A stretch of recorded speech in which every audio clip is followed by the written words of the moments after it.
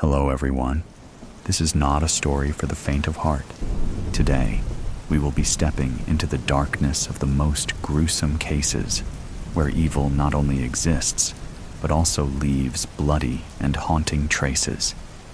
This is Real Gruesome Murder Cases, a series of true stories about murders that made the whole world shudder.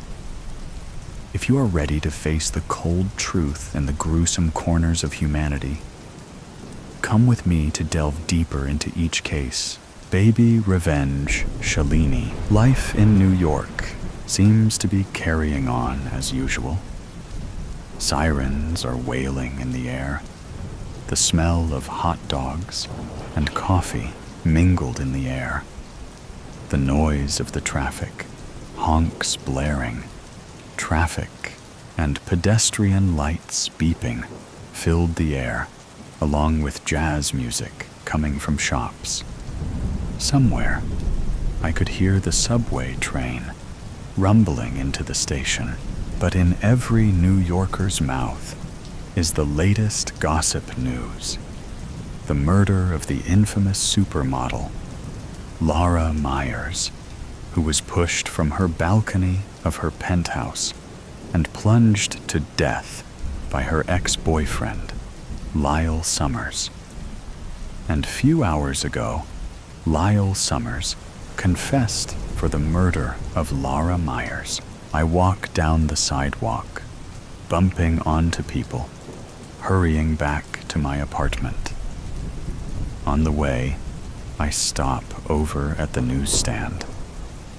On the front page of every magazines and newspapers was the picture of Laura Myers, looking glamorous in a photo shoot on one side, with the picture of Lyle Summers looking gaunt and disheveled, leaving the Manhattan police precinct. I pick up a newspaper and read the front headlines. The supermodel fell on her death. Boyfriend responsible for the murder. The headlines sounds like something out of a crime show. I paid a disgruntled-looking man who owns the newsstand and then shovel the newspaper into my bag before heading towards the subway station. My phone starts ringing, and I groaned as I look at the number on the screen. It was my friend, Jenna, who was calling. "Hey, Jen, I answered, but Jenna broke in. "Shalini, have you heard the news?" Jenna shrieked. "Laura is murdered." "Yeah, it's the talk of the day," I mumbled as I climbed down the stairs to the subway station. "Hey, Jen, I am going to be on subway. I'll call you back." And I cut off the connection before Jenna could reply. I got into the train and then sit next to two women who seemed to be carrying on some excited conversation. Little did I realize as I sit next to them that they were, of course, talking about Laura Myers' murder. I, anyway, sit next to them and pretend to be absorbed into my phone. "Oh my God, I can't believe Laura is dead," one of the women exclaimed, as if she was sad that she lost her sister or something. "Rather murdered by her boyfriend Lyle," the other woman snorted. "God, Laura and Lyle are not made for each other. I mean, I don't even know why a glamorous supermodel like Laura would date a nobody like Lyle. After all I heard, he is just a bartender working in some bar in Brooklyn. Did you hear the latest grapevine? Apparently, Laura was having an affair with Joshua Schoenberg." "The Joshua Schoenberg? Like the Senator Schoenberg's nephew? The one who looks so handsome, like a movie star? Like Ian Somerhalder?" "Yeah, that one. That's Lyle was jealous and upset. and that's why he ended up killing Laura. The woman shakes her head like she is disgusted. About a month ago, at a fashion show, Laura and Lyle got into a heated argument that the security had called in to escort Lyle out. Well, finally, Laura decided to move with someone of her league, the woman replied. Joshua and Laura would make perfect couple. Rather than her and that bartender, I didn't realize that I was gripping my phone so hard that my knuckles were turning white. I had to prevent myself from lashing out at them, but they don't know who I am. To them, I am just a working woman on my way home after a busy day at work. Thankfully, I got off from the train and walked quickly towards my apartment, leaving behind the noise and into a somewhat bum and quiet neighborhood. I fumble with my apartment keys and quickly enter into my room, closing the door behind me. I dump my bag on the sofa and then sit heavily on the sofa and start sobbing. I then wipe my eyes with my hands and then get up, breathing deeply. Slowly, I dialed a number. After about a few rings, she picked it up. Mama! I started sobbing into the phone. Ciao. A few days before, I look at the pregnancy test and see the 2 lines on the stick. I am pregnant with Joshua Schoenberg's child. Should I feel joyous? I should, but lately I didn't. Joshua was not like the man I used to love. He told me that it was embarrassing to introduce me to his family because I am not white. I am a Sri Lankan. Then why did you date me? I have yelled at him. To my anger, Joshua simply shrugged. Because I enjoyed dating you, he replied with a smirk on his face. And gradually, I realized that he was having an affair, not just with an ordinary woman but with a glamorous supermodel named Laura Myers. He had taken her to places where he would never take me, and had even introduced Laura to his sister, Margot. Tears streamed down on my cheeks as I realize that he doesn't love me the way he does with Laura Myers. Racism is involved in this. I thought Joshua didn't have any racism in him, considering he was half Jewish through his father, whose family emigrated from Europe. But Joshua was too embarrassed to introduce me even to his family, because I was not white. Nonetheless, I decided to call Joshua and tell him the news. With shaking hands, I dial his number. After about 5 minutes, he answered the phone. "What now, Shalini?" he answered gruffly. "I am busy." "Joshua," I stammered, and for a moment, my voice was frozen, as if I am unable to speak anything. "Shalini, I don't have time. I thought I gave you money." His tone was impatient. "I am pregnant," I blurted out loudly. There was annoyance on the other end, and for a moment, I thought Joshua had ended the connection, but I heard his raspy outtake of breath. "Pregnant? What? I thought I made it clear," he began. "Please, Joshua, please don't tell me to abort the baby," I pleaded. "The baby can bring us back to Shalini, I don't want a family with you. I have already chosen someone to spend life with, he said gruffly. Do what you want with the baby. I don't care.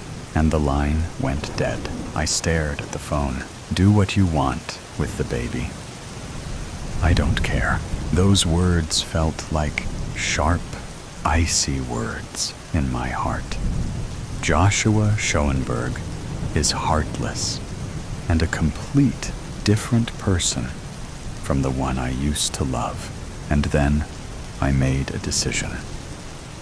I pick up my bag and set off to find Laura Myers. I am going to ask her to leave Joshua Schoenberg alone, because I will do anything to keep my baby and make Joshua responsible for the baby. After all, he is the father. The Rolodex robbery.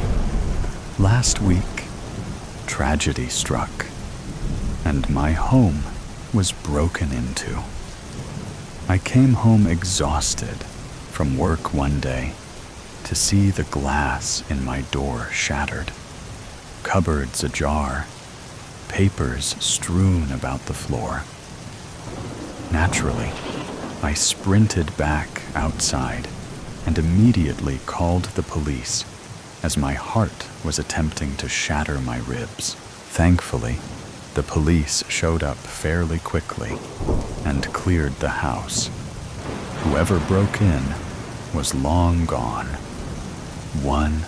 The one hand. I was relieved, because if I had walked fully in and they were still there, who knows what could have happened. On the other hand, I had no idea who did this, and now it would require an investigation. Once the crime scene investigators cleared the house for me to enter, I took a quick inventory of what was missing. TV? Still there. Jewelry? Here. Computer. It's been accessed, but nothing was added or deleted. Any major items of worth were still there, but I still had one more place to look. I went into my kitchen and checked the false bottom in the cupboard underneath my sink. My heart splattered into the floor when I saw that the safe that I normally kept there was missing.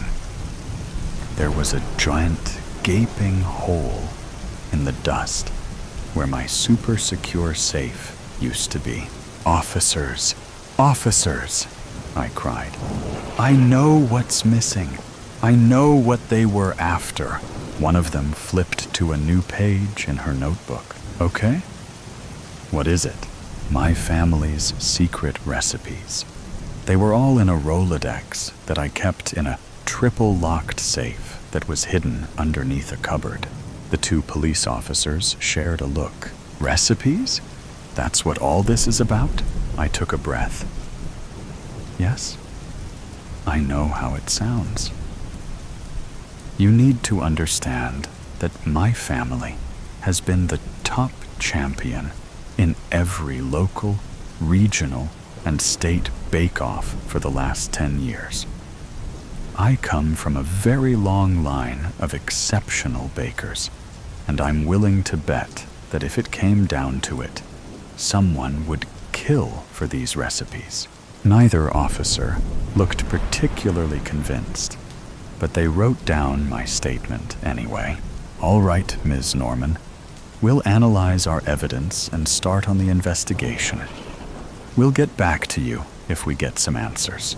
The police finally cleared out of my house, and I was left with the wreckage of the break-in. For the next 4 hours, I swept, wiped, mopped, and tried to get rid of any sign that someone had broken into my house. In doing all that, I had time to think. Chances are it'll be a while before I get any answers. If I get any answers, I might just have to take matters into my own hands. Pouring myself a cup of tea, I sat at my kitchen table, staring at my sink. Who would know where I keep those recipes? That's not a particularly obvious spot, and I haven't told many people about it. I haven't told many people about it. At that moment, I came up with a particularly genius plan, if I do say so myself. There are a select few people that are aware of not only my family's recipes, but also that hiding spot. That narrowed my suspect list down to 3 people: Julia, Angel, and Cameron. They're all my friends to an extent, but we met through a baking competition last year and bonded over our competitiveness. Normally, they're good people, but when it comes to baking, the gloves are off. I wouldn't put it past one of them to steal my recipes to give their holiday desserts an edge. Sitting at that table, I kept tapping my fingers in thought. The annoyance at both myself and the intruder settled deep in my stomach. I didn't mean for any of them to see that spot in the first place. I was cleaning up before they came over and had my headphones in, so I didn't hear them knock or come in. Honestly, them just coming in when I didn't answer the door should have been a red flag right there. Maison, I had just put the Rolodex away after returning a recipe to it when I turned around to find the 3 of them standing in my kitchen. After that, I should have just moved it, but at the time, I didn't think any of them would go as far as to break into my own home. I'm just glad my daughter wasn't home for any of this. Kate thankfully left yesterday to go a college friend's cabin for the week. I don't know what I would have done if she was here when the intruder broke in. Like I told the officer, people would kill for those recipes. Anyway, back to my plan. I figured that if I could get everyone together for a cookie swap, whoever stole my recipes would be almost certainly arrogant enough to try to outdo everyone else using one of them. Betcha they think that I haven't memorized every single secret ingredient that could distinguish those recipes. They would be wrong. The next day, I called all 3 of them, and we arranged for a cookie swap that Friday. I had 2 days to think about whoever is the most likely to steal my Rolodex and what kind of cookie I should make to destroy all of them. By the time the Friday of the swap rolled around, I had settled on an ooey-gooey, dark chocolate and peppermint cookie that had always been a hit of mine. What I hadn't settled on, however, was who the intruder could be. I had just pulled the last batch of cookies out of the oven when I heard the doorbell ring. I smoothed out my dress and put on my biggest smile before opening the door with the newly repaired window. "Hey!" I cheered. "Happy holidays!" Despite the freezing weather, they all smiled and greeted me in turn. I let them into the house and offered to take their cookies back to the kitchen. While they were preoccupied with discarding their bundles of layers, I snuck a peek at each of their cookies. Sprinkle-covered shortbread? Nope. We're not really a shortbread family. We prefer richer flavors. Sugar cookies? Like every family, we do have a classic sugar cookie recipe. But I can't be sure if this is it until I try it. Red velvet cookie with vanilla buttercream frosting? Now that sounds familiar. Unfortunately, I'm going to have to try this one too, to confirm. I grabbed the wine glasses and tucked the bottle under my arm to join my guests in the living room. For the first few minutes, we just chatted about small nothings. The weather, the traffic, how good the wine was, blah, blah, blah. So, Grace, what's new? Anything exciting happen recently? Angel asked. Do I tell them to see how they react? Or do I test their reactions by not saying anything? Nothing much. Work is busy as ever, and I'm just preparing for the holidays with Kate. Christmas shopping, decorating, the Christmas card. You know, the works, I tried to say, as casually as possible. Julia nodded along sympathetically. I feel ya. Between trying to get presents and wrap presents and fighting with the in-laws, who are staying with us right now, by the way, without asking first, I'm absolutely swamped. She sounds a little too busy to be breaking into my house. Congrats, Julia. You're at the bottom of the list. And you, Cameron? What's going on in your life? He took a sip of wine. A much calmer holiday season than you guys, apparently. Jason and I are having a pretty quiet Christmas this year. And unlike you all, I'm not 60 and don't send out Christmas cards. We knew he meant well, but we jokingly acted insulted regardless. Well, you should. What else is your mother going to cry over when you don't return for Christmas? Angel said. Probably the margarita that she'll be sipping on the cruise that she and Dad booked for the holidays, he retorted. I chuckled at that. It didn't, however, change the fact that he had plenty of time to break in to my home. Angel, you're up, I said. Work, study, sleep, repeat. She groaned. Nursing school is kicking my butt. Why did I think this was a good idea? Because you want to further your career? And one day, get the big bucks, Julia supplied. Angel groaned again and threw her head back. But at what cost? The longer we all chatted, the more disappointed I knew I was going to be when I found out who broke in. I keep forgetting how much I like these guys. I decided to rip the bandage off. All right. Now for the main event. The cookies, I announced. I grabbed the cookies and returned them to their respective owners.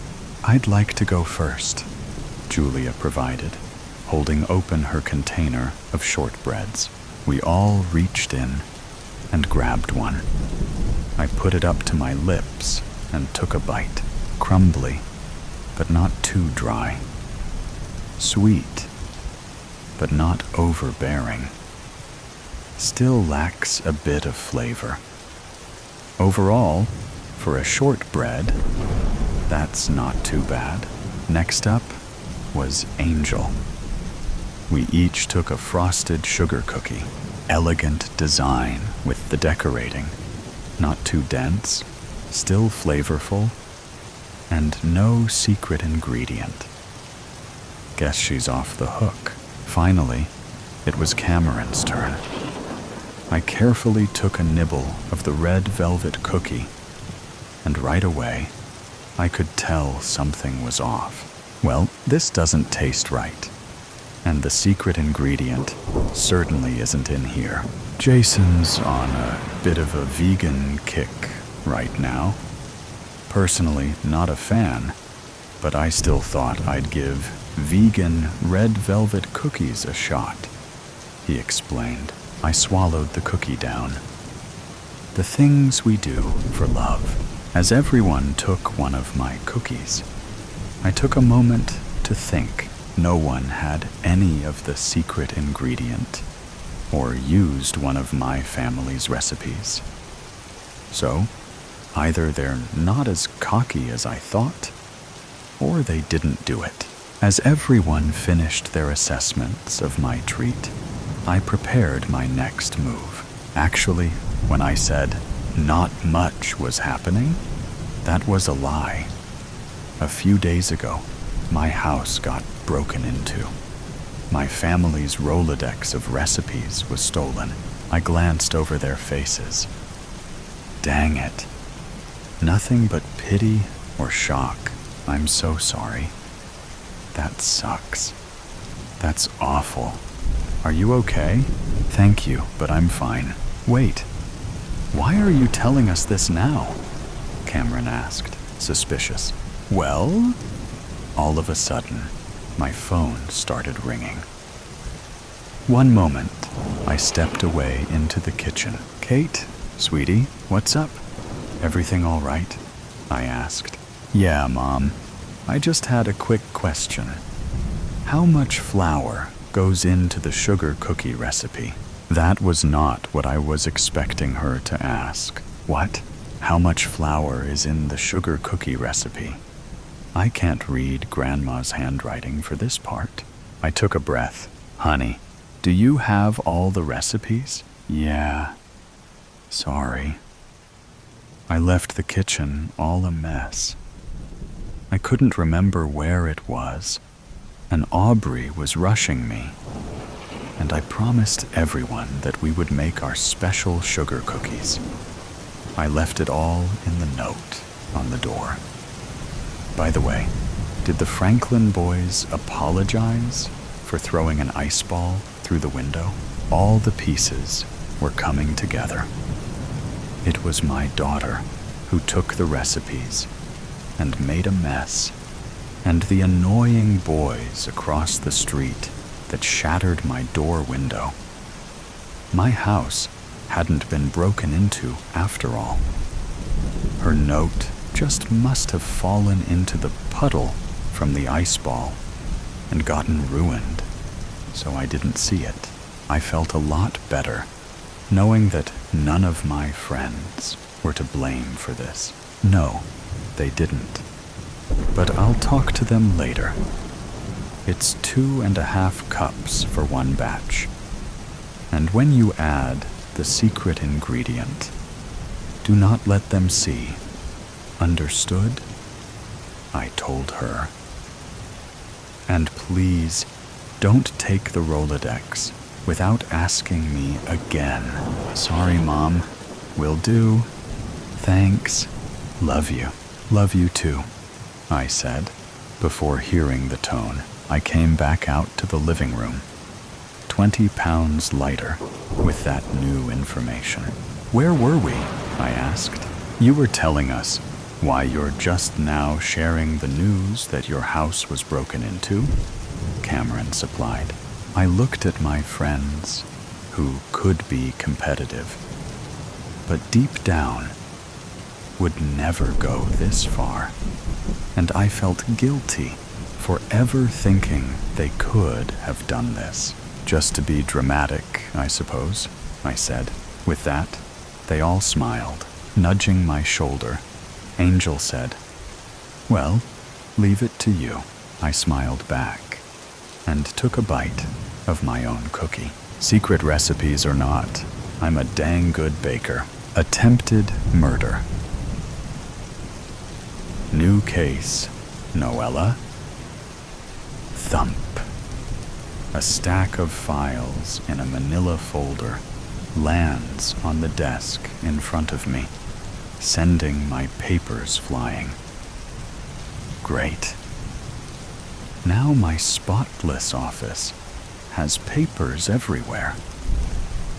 I huff and look up to glare at my boss's departing back. No case summary? He turns back, talking a few strides into the office and closing the door behind him. That's the good thing about being one of the top-ranking detectives in our firm. I get an office to myself.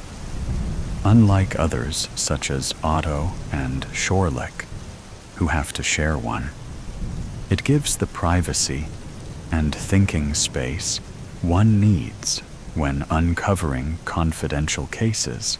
Young woman, aged in mid-20s. Her name is Enya Brown.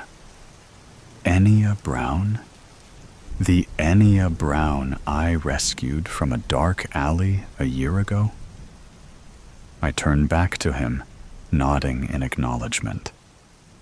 She's reported claims of stalking and attempted murder. Interesting. Any reason why I was given the case instead of the others? I might be a detective chief superintendent in our firm, but there should be plenty of others qualified to take this case, especially those in his inner circle who don't have other things such as helping to run the faculty to do. Celine's in Egypt, Henrik's in Germany, Jericho's sick, and Manuel, Maxime, and Molino are busy.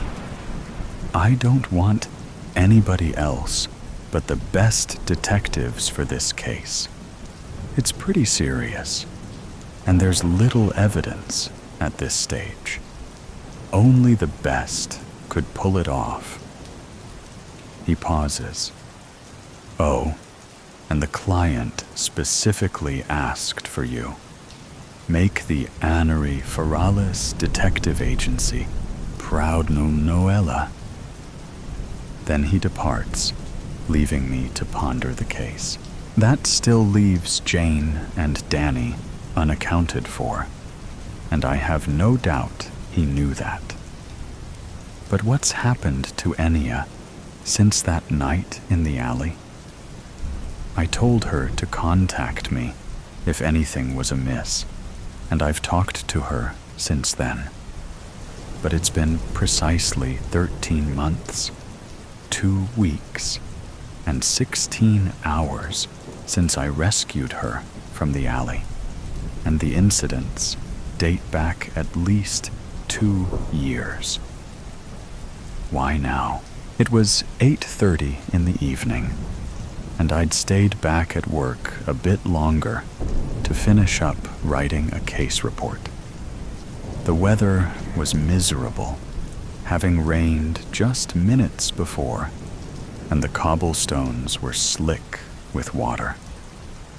A yellowed glow came from the rustic street lamps along the pavement, limning the edges of my briefcase with gold. Then I heard the scuffles, the thud, and the scream. Alarmed, I raced towards the sound, approaching silently as to not raise any alarm. It came from the far reaches of an alleyway that, from experience, I knew to be a dead end. The scream sounded female. The grunt that followed was male.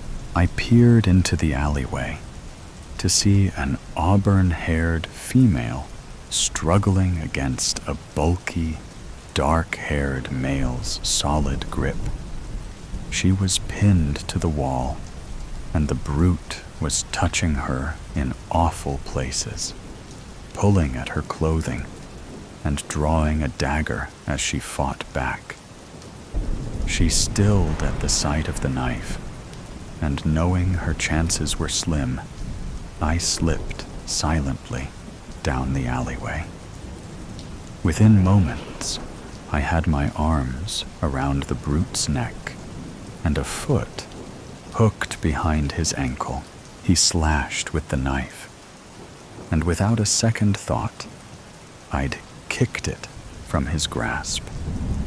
With the brute pinned on the ground and his neck held in submission, I choked the air out of his lungs, enough to render him unconscious, but no further. Quickly, I picked up my briefcase, glancing up to the young woman before me. She still hadn't run. "Are you all right?" "I'm okay, I suppose. Thank you." She looked away down the alley. "Will he be okay?" "He's just unconscious. He'll wake up in a few minutes, so we should head off. Do you need somewhere to stay?" She shook her head, but her eyes were distant. I shouldered off my coat, wrapping it around her shivering form. "Come on, girl. Let's get you somewhere safe. We'll get you nice and warm." Within 5 minutes, I directed her to a nearby hotel, had her swaddled in blankets and a cup of hot cocoa before her. She was too shaken to ask her any questions, but I could only assume what had happened. I remained with her for as long as I could, heading off home before my flatmate would worry about me. As I stood to leave, I retrieved a business card from my briefcase. "If you need anything, hun, just give me a call. I'm happy to help anytime you need it." I slipped it onto the table in front of her and quietly let myself out. The card on the table before her read DCS. Miss Noella Anderson, Anari Ferrales, Detective Agency, PH 0427738813, email noella@afta.org. Peeking my head into Skorlik, Kuhn, and Otto Schuster's office, it comes as no surprise that Otto is playing video games, and Skorlik is sitting on the windowsill reading a book. "New case, fellas. Briefing in my office in 10. An acknowledging grunt from Shorlick. "But I'm in the middle of the boss level, Noella. If you make me go now, I'll lose all my progress." Otto whines. "Suck it up, Otto. I've given you 10 minutes. That's enough. You shouldn't be playing video games anyway. You know that." He whines again, and I leave them to their activities, returning to my office. 10 minutes later, Skorlik enters my office, dragging a sullen Otto behind him by the wrist. We discuss the case, examining the details given and the evidence provided, both photographed and in hard copy. Skorlik and I figure out a plan forward, while Otto sulks. He'll confirm the DNA sample, while I trace emails and calls to Enya. Then we'll interview neighbors and retrieve security footage. Then assemble the evidence and incriminate the offender. "What did you find?" I ask my co-workers. "DNA specimen confirmed," Skorlik says curtly. "Insights, Mr. Kuhn.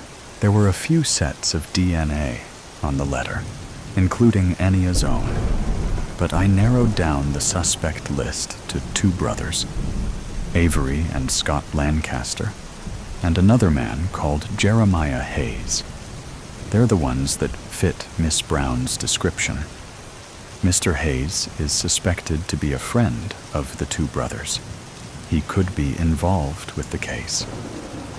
Skorlik Kuhn sights back at his chair and glances at Otto Schuster, the other detective on my team for this case. Anything new, Mr. Schuster? Quit the formalities, please. Nothing new, but I have a question. Skorlik, were both brothers' DNA on the letter? Indeterminate. Why? Unconfirmed. Well, I personally think the brothers are twins. Just saying. Any evidence, Otto? No? Search the database, though. I get the feeling they are. I search the database, and sure enough, they're twins. Paternal twins at that. Huh, look at that. Otto was right. They're identical twins, which explains why it's determinate. They have the same DNA. Skorlik nods, and Otto grins smugly. Well, fellas, guess we have our list of suspects. I traced the anonymous threat emails and calls to Miss Brown, to Avery Lancaster's house, and areas that he's reportedly visited. Oh, and it's not listed in the case. But after she was cornered in the lane, the ID card was found on the unconscious man, and it said, Avery P. Lancaster, precisely the person all our other evidence has pointed to. Other evidence, such as him being one of Ennia's ex-boyfriends, and being one of Ennia's suggestions of the suspect. That Avery guy must be some sort of creep, considering the things on that file, Otto commented. I wonder what his middle name is. Peter? More like P for psychopath, I mumble under my breath. Psychopath starts with S idiot, Otto says, turning to Skorlik. He puts his hands up, trying to tell Otto it wasn't him, but Otto gives him a skeptical look. Dumbass, it starts with P.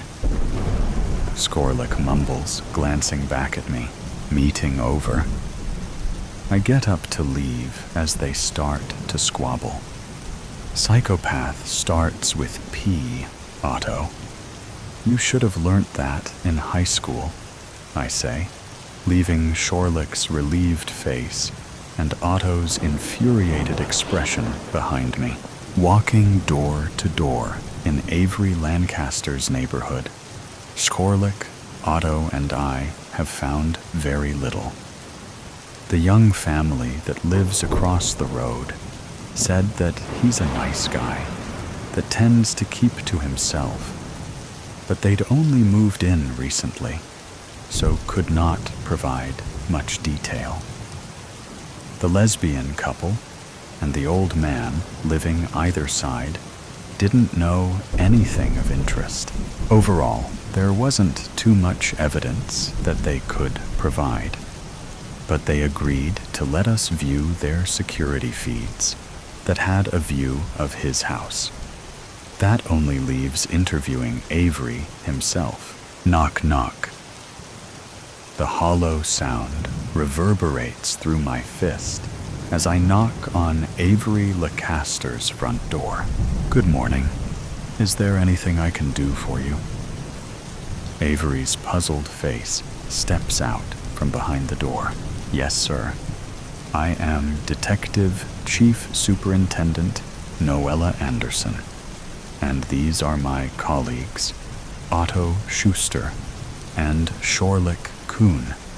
We would like to talk to you for a minute, if that's okay with you? Of course.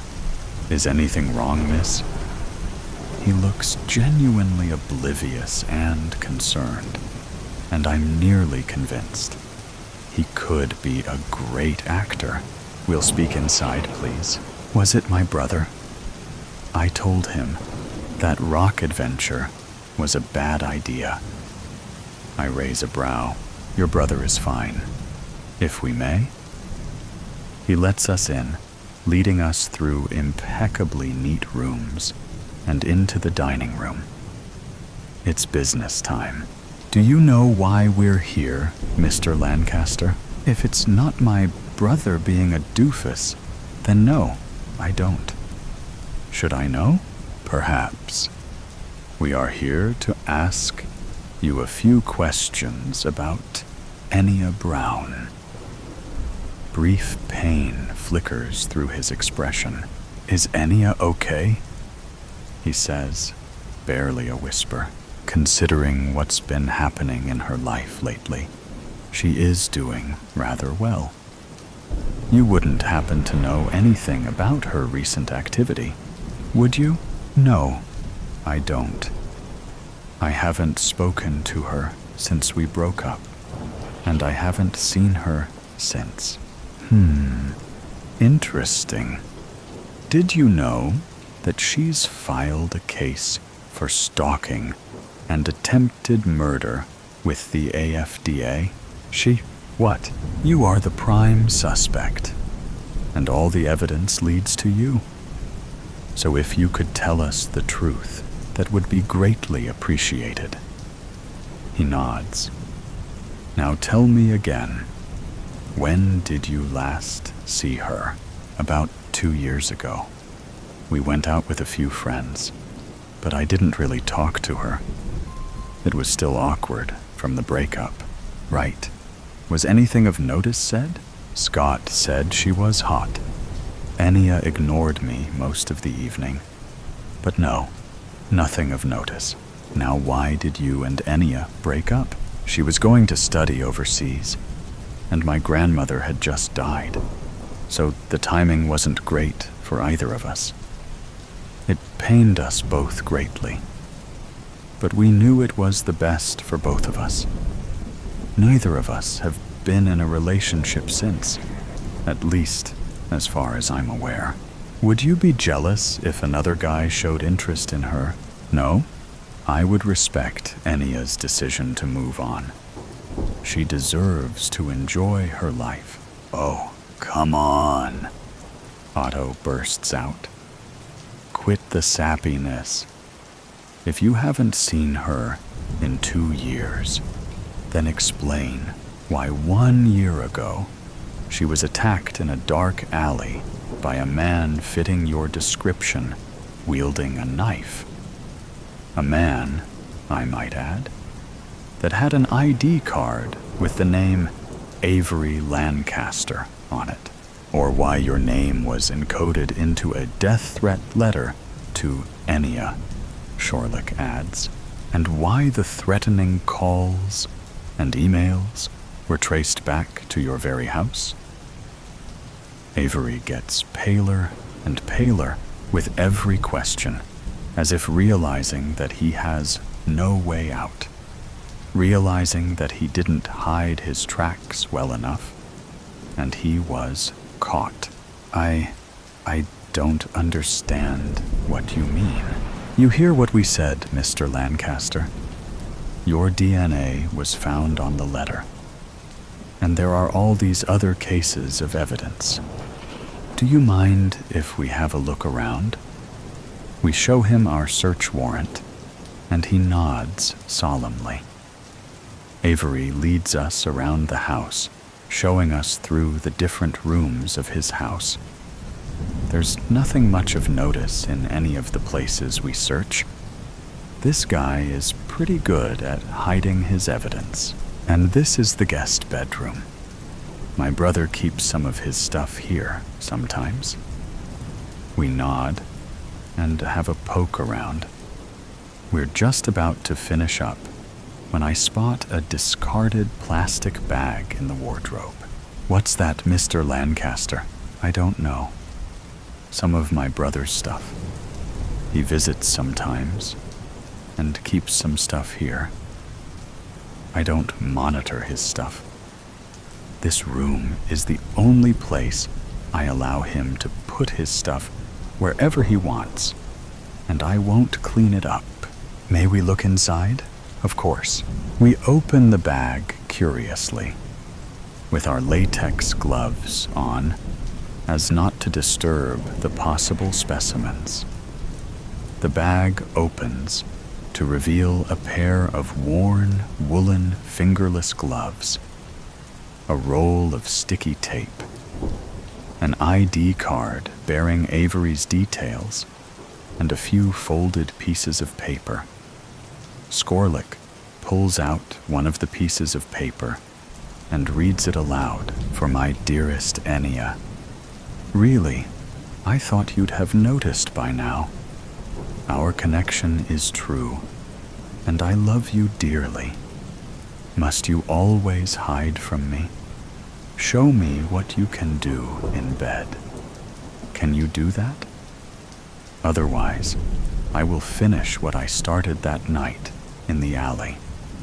If I can't have you, no one can.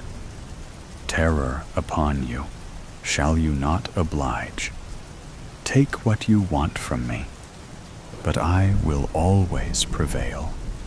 Do not fail me. Love from your dearest. I miss you. Dark, much? But that sounds an awful lot like a jealous lover's letter. Did you write this, Mr. Lancaster? Avery shakes his head, and his face is deathly pale from fear. Fear for Enya, or fear for himself? Well, you have a lot of evidence against you, sir. I would recommend you start telling the truth, or you'll be imprisoned for lying to authoritative figures. Understood? I only wish to tell you the truth, ma'am. I did not know that letter was here, nor do I know who wrote it. May we take it for evidence? Of course, ma'am. And with that, Otto, Skorlik, and I take our leave, sealing the evidence in decontaminated specimen bags and leaving Avery's ashen face behind. So, what do you think of our adventure today? Avery's house sure was suspicious. Yeah, I think we have enough evidence now, Otto adds. I think Avery is innocent, Skorlik murmurs under his breath. I cut my glare across the table to him. What? Did I hear that correctly? Otto shrugs. You do understand, Skorlik, that every single piece of evidence we have points to Avery Lancaster. But maybe that's what the criminal wants us to think. Everything points to Avery. But if he truly did it, there would be some degree of a cover-up. This is all in the open. It's too easy. Mr. Lancaster's DNA is on every specimen. His pining for a lost love threaded through threat letters, class and emails, all traced to his house, a house his brother visits often. Think, Noella, think. Are you saying it was Avery's brother, Scott, that is doing this? What would be his motive, though? It makes no sense, Skorlik. It's obvious. It was Avery. Check the cams for the night of the alley attack.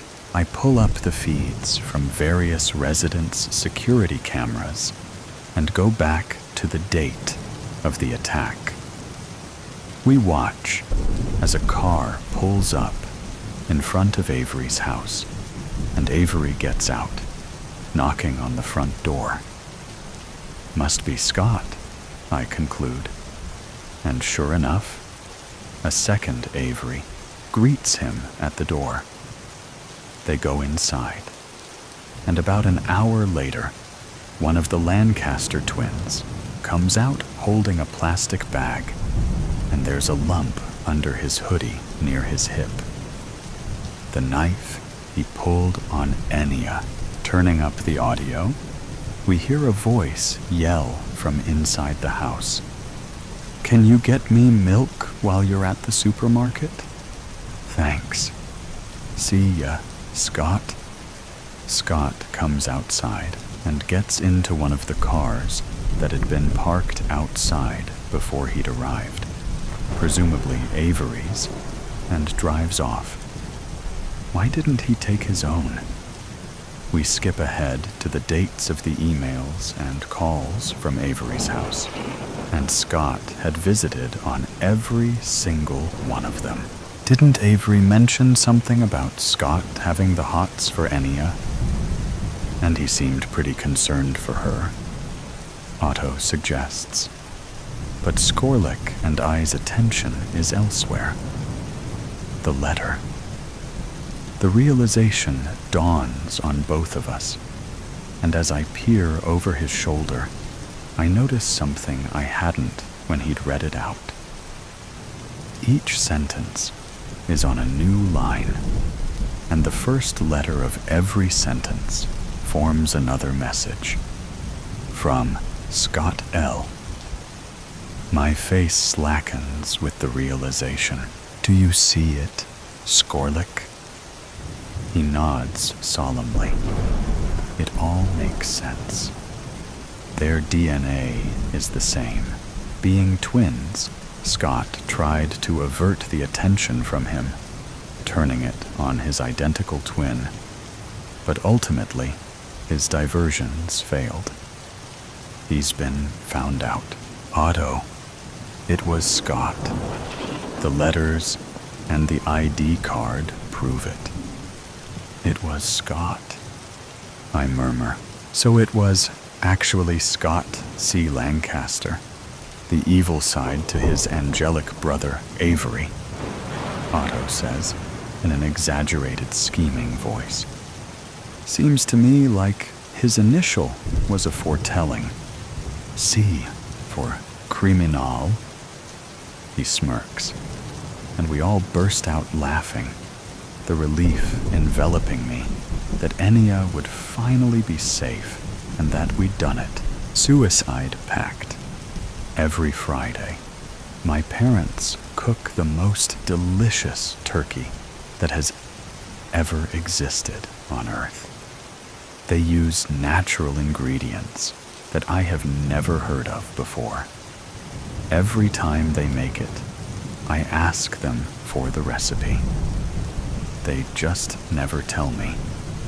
Instead, they looks at me with a smile mixed with sadness and joy, and tell me that one day, when their time has come to pass, they will tell me. Tell me the secret ingredient. This is the routine that happens every week, every Friday.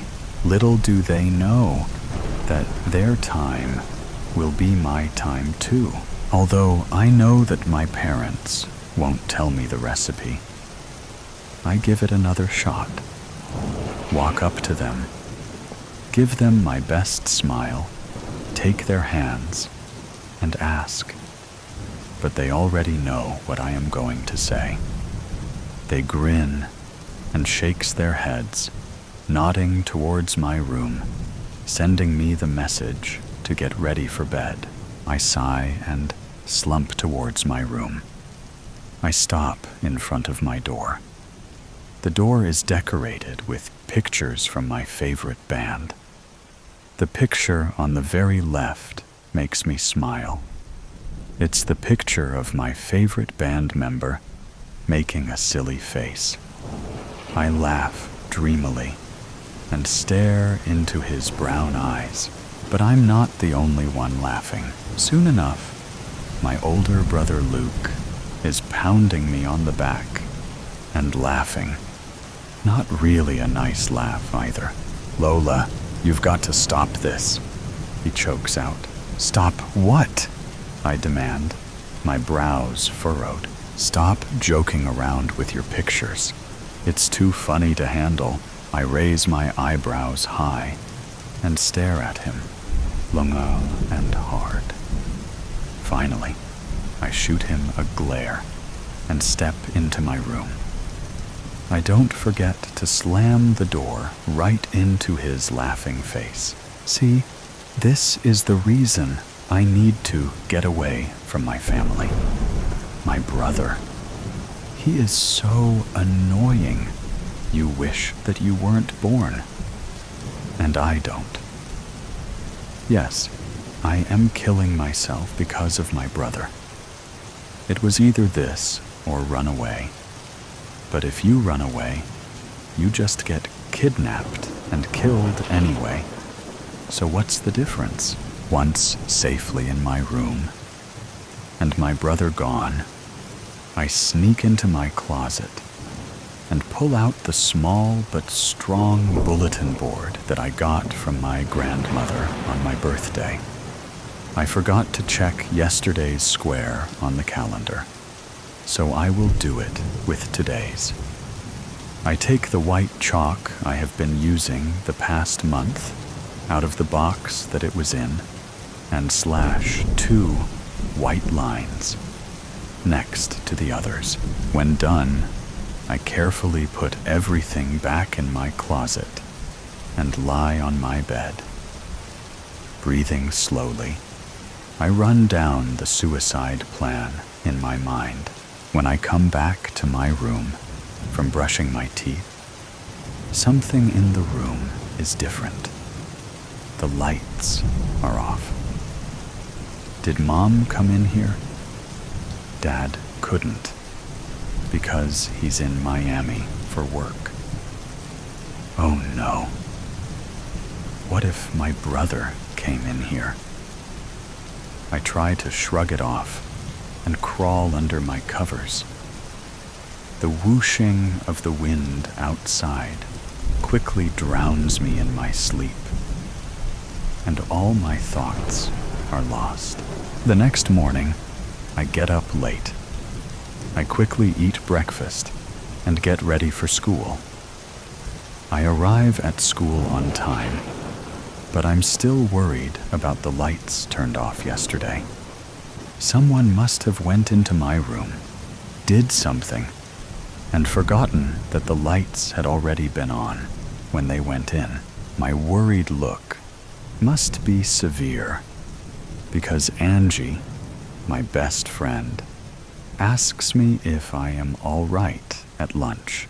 "Oh, I'm fine, I reply.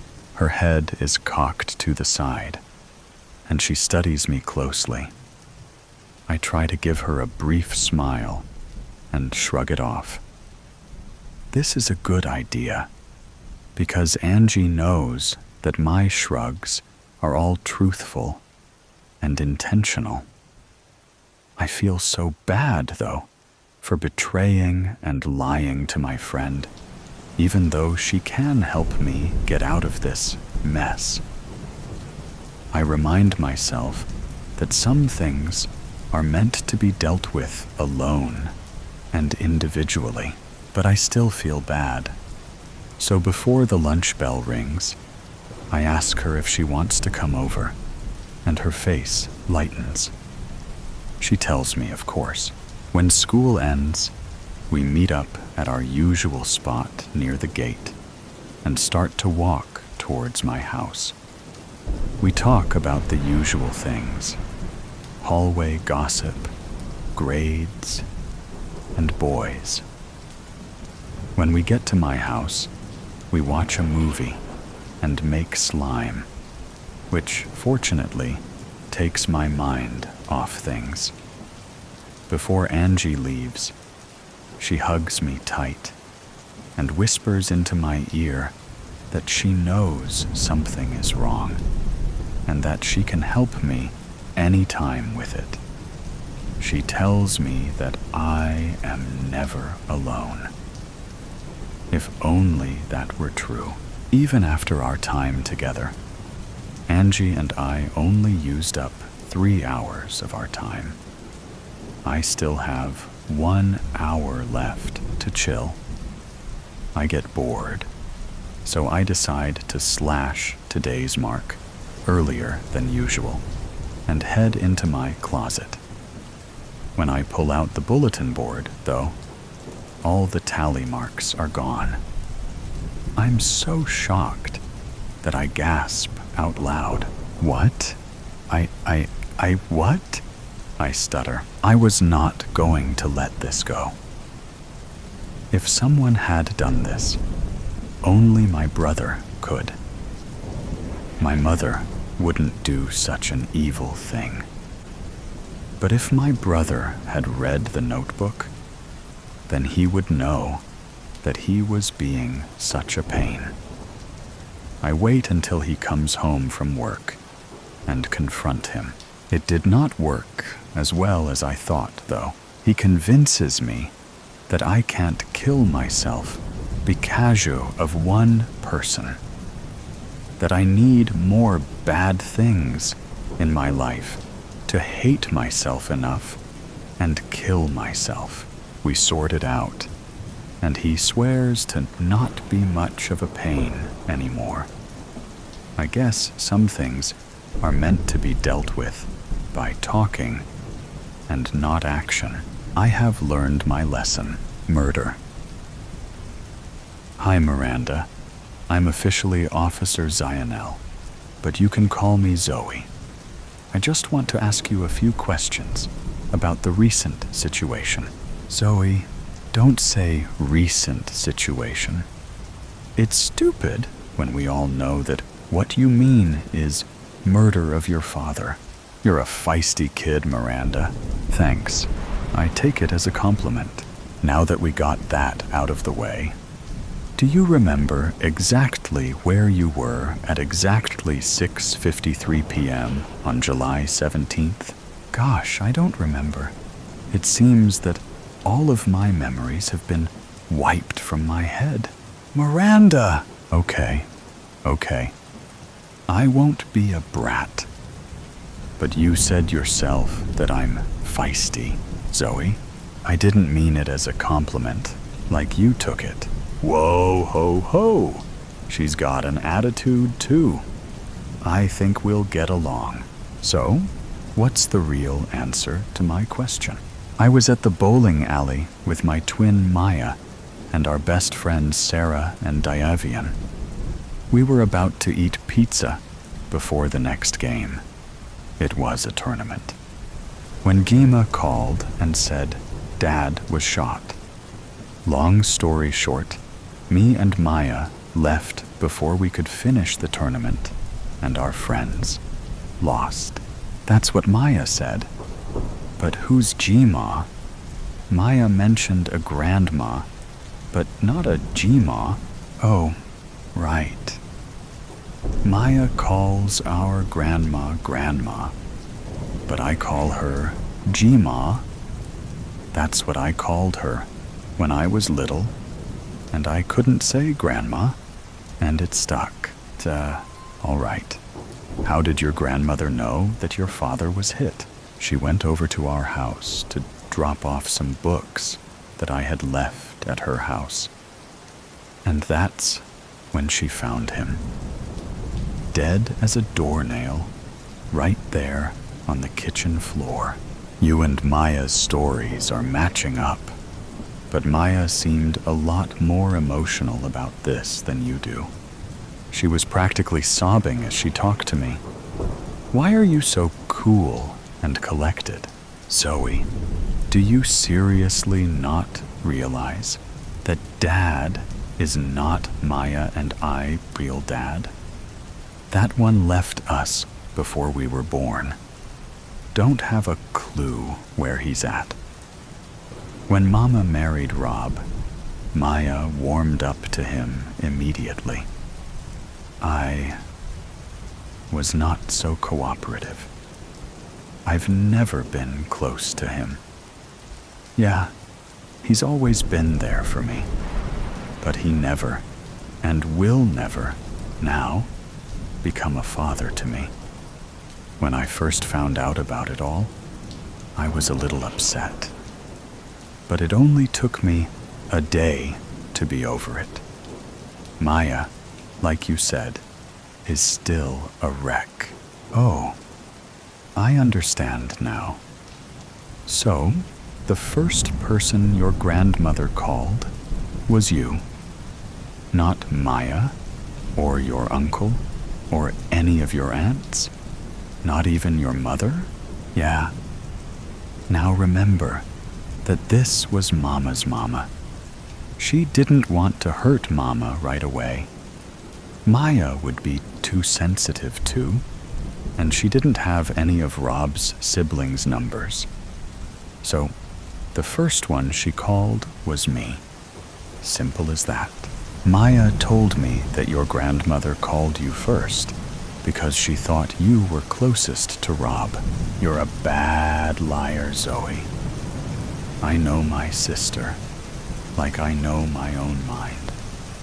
She and everyone else in our family already knows that I'm not the closest person to Rob. So what did she say? You know, you should be a detective.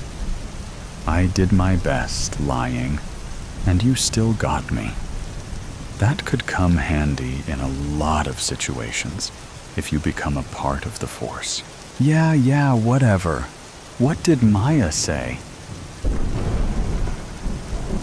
Same thing as you, Miranda. Okay. So, now what? Can I leave? Please. I need to talk to Maya. She's probably hysterical by now. No, you can't. I'm sorry. There are still a few more questions that I have to ask you. Where was your mother when Rob was so awfully killed? She was at work, at the hospital. They were short-staffed. Okay, this may be a dumb question, but do you know where your aunts and uncle were? Yeah, they were all getting together for a dinner at Olive Garden. Rob was going to go with them. I'm guessing that he must have been on his way out when he was shot. Do you know of anyone who had a grudge against Rob? Miranda, who is it? Sinister. Miranda, was it you? Diane. Why, Miranda? Sinister. Miranda! I hated him. He abused me. He slapped me, punched me, kicked me. He verbally abused me too. He never did it to anyone else. Your sister knows. She's covering up for you. Yes? Was it self-defense? Or did you do it because you were so sick of it all? Self-defense. Despite all of these lies, I promise you that it was just self-defense. He was trying to hurt me again.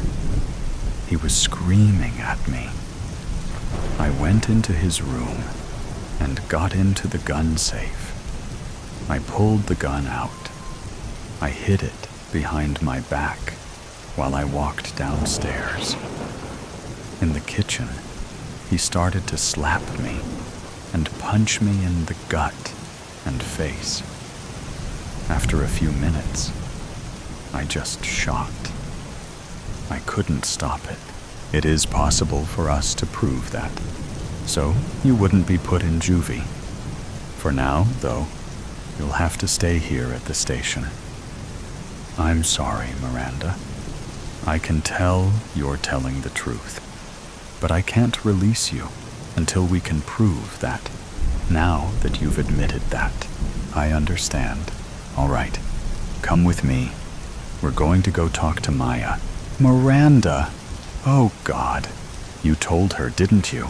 Yes, I did, Maya. I'm sorry. It's okay. I still love you. I love you too. All right, girls. Maya, will you tell me the truth of what you know? Of what actually happened? That's the thing. I don't know anything. All I know is what Miranda told me. She shot Rob because he was trying to hurt her again. Then she came to the bowling alley to play in a tournament. That part of our story was true. Okay.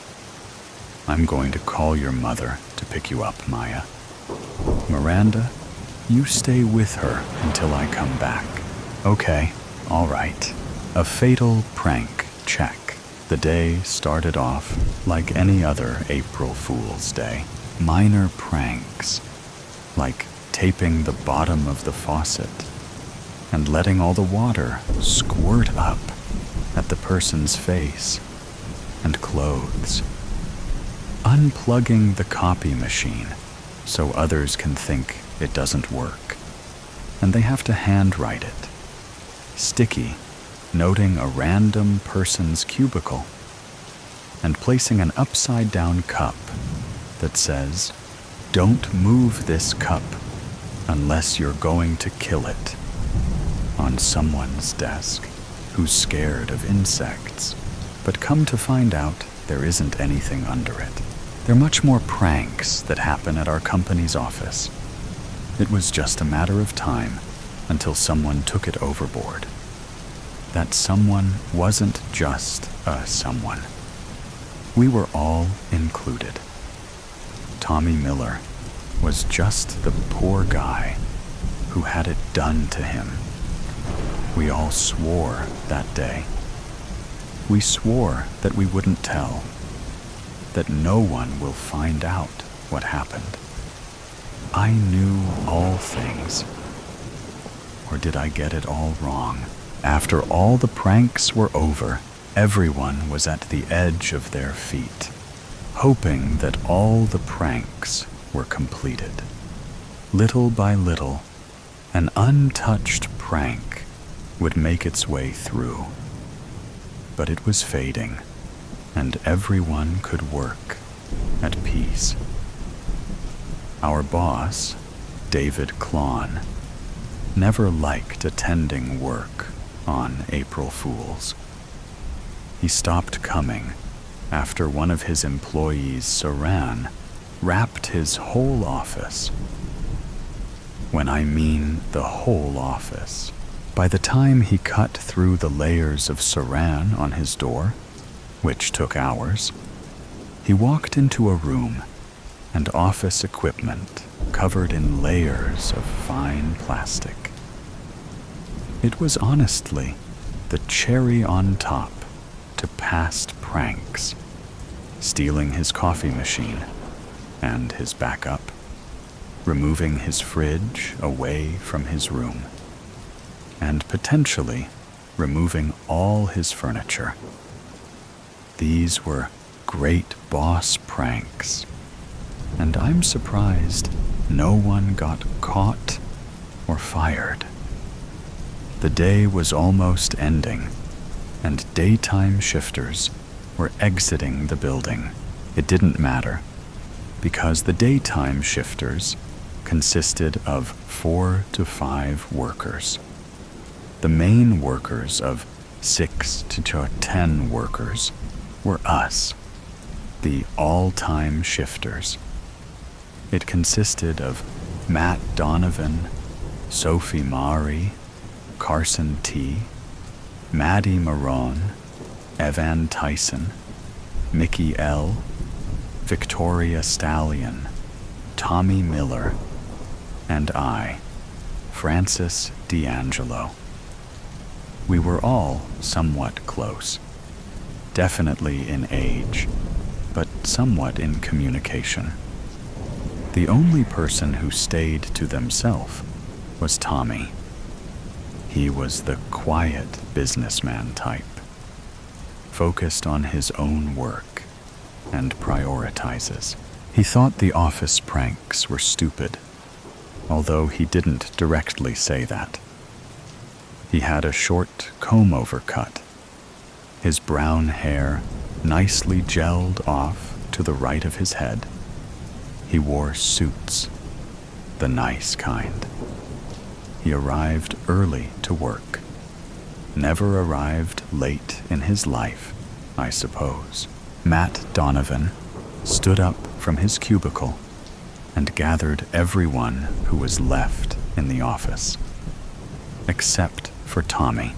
We all gathered up in my cubicle because I was the last one to be gathered up. "What's going on?" I questioned, knowing something was up.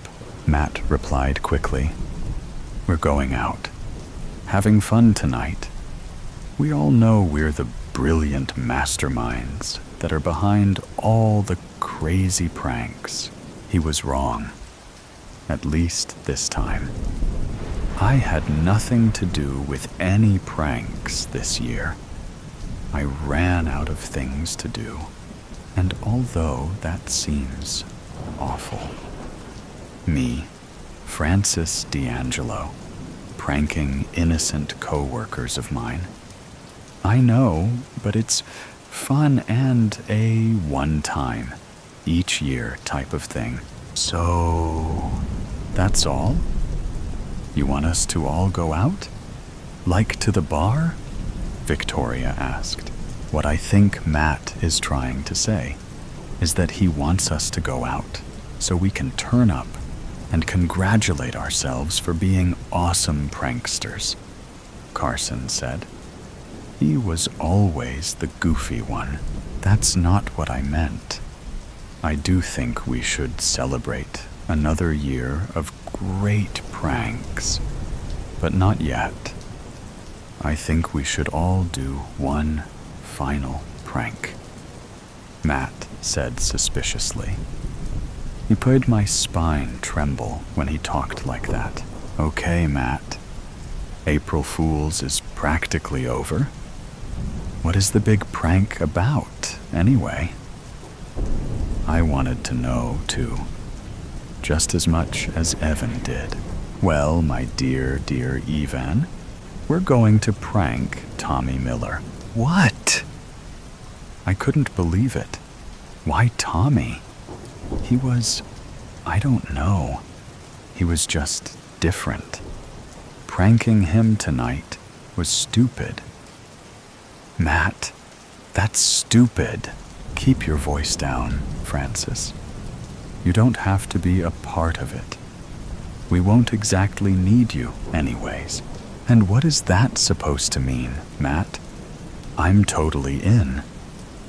My blood was boiling. How can Matt say that after that fact, I helped him last year prank his mom? Okay, good. Mickey, Maddie, and Sophie, you guys in? Sure, whatever. Yeah, fine. Okay, here's the plan. We all huddled into each other, listening to Matt's prank. Even though this prank was a little too serious, we all thought it was a nutty idea. It was interesting, and it seemed funny. I also couldn't back down from it. I just couldn't. Hey, Tommy, we're all going out for some pizza and beer. Want to join us? Tommy rotated his chair, facing up. Why? I mean, thanks for the offer, but I think I'll have to pass. He turned back around. We knew this was gonna happen. Victoria makes her way to Tommy. She places her soft hands on his shoulders. Oh, please, Tommy. She massages his shoulders.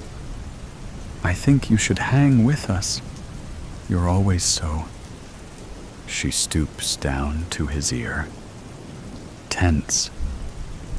She removes her touch from him and walks toward us. She is absolutely astonishing. Tommy spins back again to face us. We wait a little while for the answer that we've been waiting for. Okay, I suppose one night of hanging out won't hurt. Plan A. Flirtatious. Victoria. Check. Plan B. Complimenting. Matt in progress. That's a sport, Tommy. I always knew you had in you. You got the looks, dude. All you need is the bad attitude, and you're all set, my guy. We could all tell Tommy was flattered. Plan B was another check, getting Tommy to like us. Let's take some shots before we hit the road, Ivan yelled. We all walked to the office's lounge.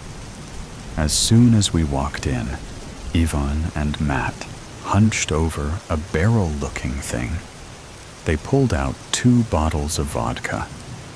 I could tell Victoria was excited, but the rest looked somewhat confused on how they even snuck that in here. Of course, we aren't going to drink all of it, but a shot or 2 will do. I'll get the solo cups. Tommy hesitates to walk into the lounge, but Sophie walks to him and grabs his arm. Your first hot stuff. No. I think I'm good. I don't think you guys should even have those in this building, due to how unprofessional that is. And also because we're going to be driving in cars. Last time I checked, drunk driving is illegal. Oh, please, Tommy, don't ruin this for us, dude. Evan poured some vodka into each of the 9 cups. We all took one, even Tommy. We all pushed him into doing so. He had to, so he could overcome what was going to happen next. Afterward, we walked to the coat rack and grabbed our stuff. We all walked out together, without Tommy. We let him catch up with us at the parking lot for future purposes. We all gathered around our cars. Luckily, Sophie and Even caught a ride with Matt today. Less cars to ride in equals less suspicion. Ugh, there you guys are. You guys walk mighty fast. I'm guessing you can't wait to party. Tommy laughs with a tone that sounds humorless. We went along with it, so we can spark up the mood. Ha ha ha. You're so funny, Tommy. We all cried in unison. So, Tommy, I don't see your car anywhere. Did you catch a ride with someone today? I just realized that Tommy's station wagon wasn't parked anywhere around. That was weird. Oh yeah, I took the bus. My old thing is in mechanics. She's beautiful, but losing her touch, I suppose. Mind if I catch a ride with one of you guys? Not at all, Tommy. Not at all. Matt's voice sounded too enthusiastic. He nodded to Ivan. Come on, Tommy. You're riding with me. Evan had a nice, wide smile across his face. Plan C. Dump him in progress. It was go time. Sophie and Victoria walked to Tommy's side. We're riding with you and Ivan. This is gonna be a fun ride. Even in the shallow night, I can tell Tommy's face got a little red. Ivan popped the trunk of his Audi open. Carson walked to Ivan's car and held the trunk open for him. Thanks, dude. This car is a piece of crap. The stupid trunk door can't even stay open by itself. Hey, Tommy, you can place your stuff in the trunk. It won't fit in the back seat. Sorry. Tommy walks to the trunk and starts placing his stuff in the trunk. Before you do that, Tommy, I have to move some stuff around to make room. May I use your flashlight on your phone to see? Yeah, sure. Tommy hands Evan his phone. Ivan turns the flashlight on and pretends to make space in the back of his trunk. Maddie and I go into Matt's car. We peeked out the window to see what was happening. Sophie and Victoria also go into Ivan's car. They couldn't see anything because of the trunk's door. Mickey and Matt slowly walk towards Ivan, Carson, and Tommy. Everything okay? Jeez, you guys take mighty long. What's going on? Ivan talks. Tommy, you can place your stuff in now.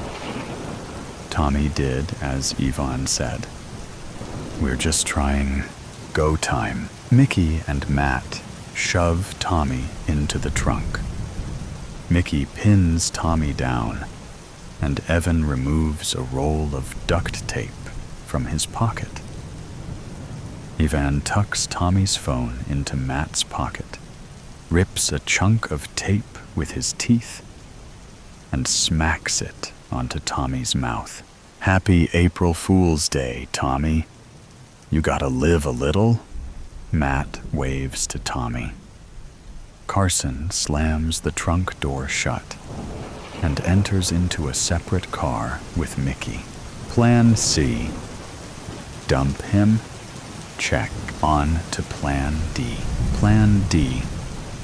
Car ride around town in progress. We all drove in separate cars. We drove in random directions. When we drove around other cars, we intentionally stayed back a few cars. We were just going to drive a little, then stop at Mamma Mia's Pizzeria. We drove for an hour and 35 minutes. I just stared out the window, wondering how the others were doing, wondering how Tommy was doing. I wondered if he was confused or scared. Maybe he was just enjoying this wild adventure or sleeping. I can't wait to see the look on his face when he realizes that today might just be the best day of his entire life. Ivan's car. I got my hands up. They're playing my song. They know I'm gonna be okay. Yeah, it's a party in the USA. Yeah, it's a party in the USA. Sophie and Victoria sang. You girls having fun? Definitely, Ivan, Sophie shouted. I can't wait to get wasted, Victoria proclaimed. Hey, Tommy, you having fun in there? This is a wild ride for you, Tommy. This is the best day of your freaking life, dude. If you aren't having a great time, well, screw you. Ivan laughed and yelled. Songs kept playing, and the singing kept going until they arrived at Mamma Mia's Pizzeria. Mickey's car. Oh, Mickey, you're so fine. You're so fine. You blow my mind. Hey, Mickey. Hey, Mickey. Carson wailed. Shut up, moron. You're such a goof. By the way, my name isn't the name in the song. Dummy. Whatever. I was just being silly. It was funny. You have to admit. Yeah, sure. They look at each other and start laughing tears. How do you think Tommy's doing? He should be fine. I mean, come on, that was a funny prank. Did you see the look on his face? Ah, speechless. That was a fun time. I sort of feel bad for the guy. He had no clue what was happening. He had it coming. Besides, it's just a prank, Carson. Matt even said it himself. Matt's car. I continue to stare out the window. The cars wisp by as Matt drives past every light and building. My lap vibrates, and I pick up my phone. The screen light glares on my face as I read the text that I've received. Maddie, don't you think it's a bit weird? We're the only two that haven't helped in this whole prank. I haven't thought about that really. Me, well, Matt did say regardless of me attending this prank, he doesn't need me. I don't know what the excuse for you is, though. I'm sure he'll give us something to do. The thought of Matt not needing me made me upset. Maddie, I felt, had a point. Why hadn't I gotten a role yet? Maddie, I guess you're right. But something seems off. I don't know what it is, but I'm sure I don't want to find out. Matt glances over his seat and smiles at both Maddie and I. You girls sitting nice and tight back there? Just fine. Thank you, Maddie says, sounding a bit sarcastic. Yup, just starving. I really am hungry. Well, I just so happened to bring along the vodka. Care for another shot or two? Yeah, why not? Matt expands his arm while peeking his eye on the road to reach the bottle of vodka beneath the glove compartment. He hands the bottle over. I twist the cap and waterfall a big gulp of the bitter alcohol into my mouth. I offer some to Maddie, but reluctantly, she refuses. After a while, my head starts to spin, and the passing of cars begins to turn a little blurry. Car motion and the beginning of becoming drunk aren't a good mix. Occasionally, I would gargle a couple strands of vodka into my mouth. It made me almost forget why I'm in this car in the first place. Plan day. Car ride around town. Check. Secret plan. Plan E. Unload in progress. Mamma Mia's Pizzeria parking lot. I'm sleeping in the back seat while Maddie gently shakes me to wake up. I just moan, giving the hint to leave me alone. Maddie gets out of the car with Matt and joins the others.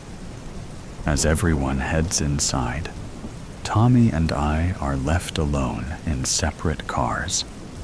By this time, the bottle of vodka is completely empty, and I don't even remember me finishing the last gulp.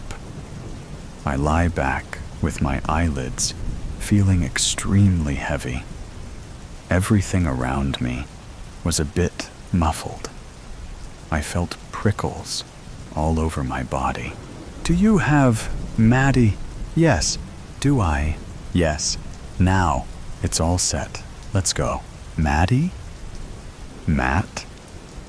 What were you guys talking about? Their voices were in and out. I feel very dizzy. The whole night felt dark. There I was, gone. I was always just gone. Looking out, but looking inside now. I guess the whole time, I sort of knew. I just didn't want to admit it. Secret plan. Plan E. Unload. Check. No one would suspect a thing when they find us. I mean, in the beginning, I just thought it was a silly prank. But I didn't realize I wasn't a part of it all. Just the fact that Tommy and I were the prank. When we both didn't wake up. Tommy being dead, and I being intoxicated and drugged. I didn't know. We both didn't know, and that's the sad part. Chad. Autopsy. Tommy Miller, age 24, male, brown hair and eyes.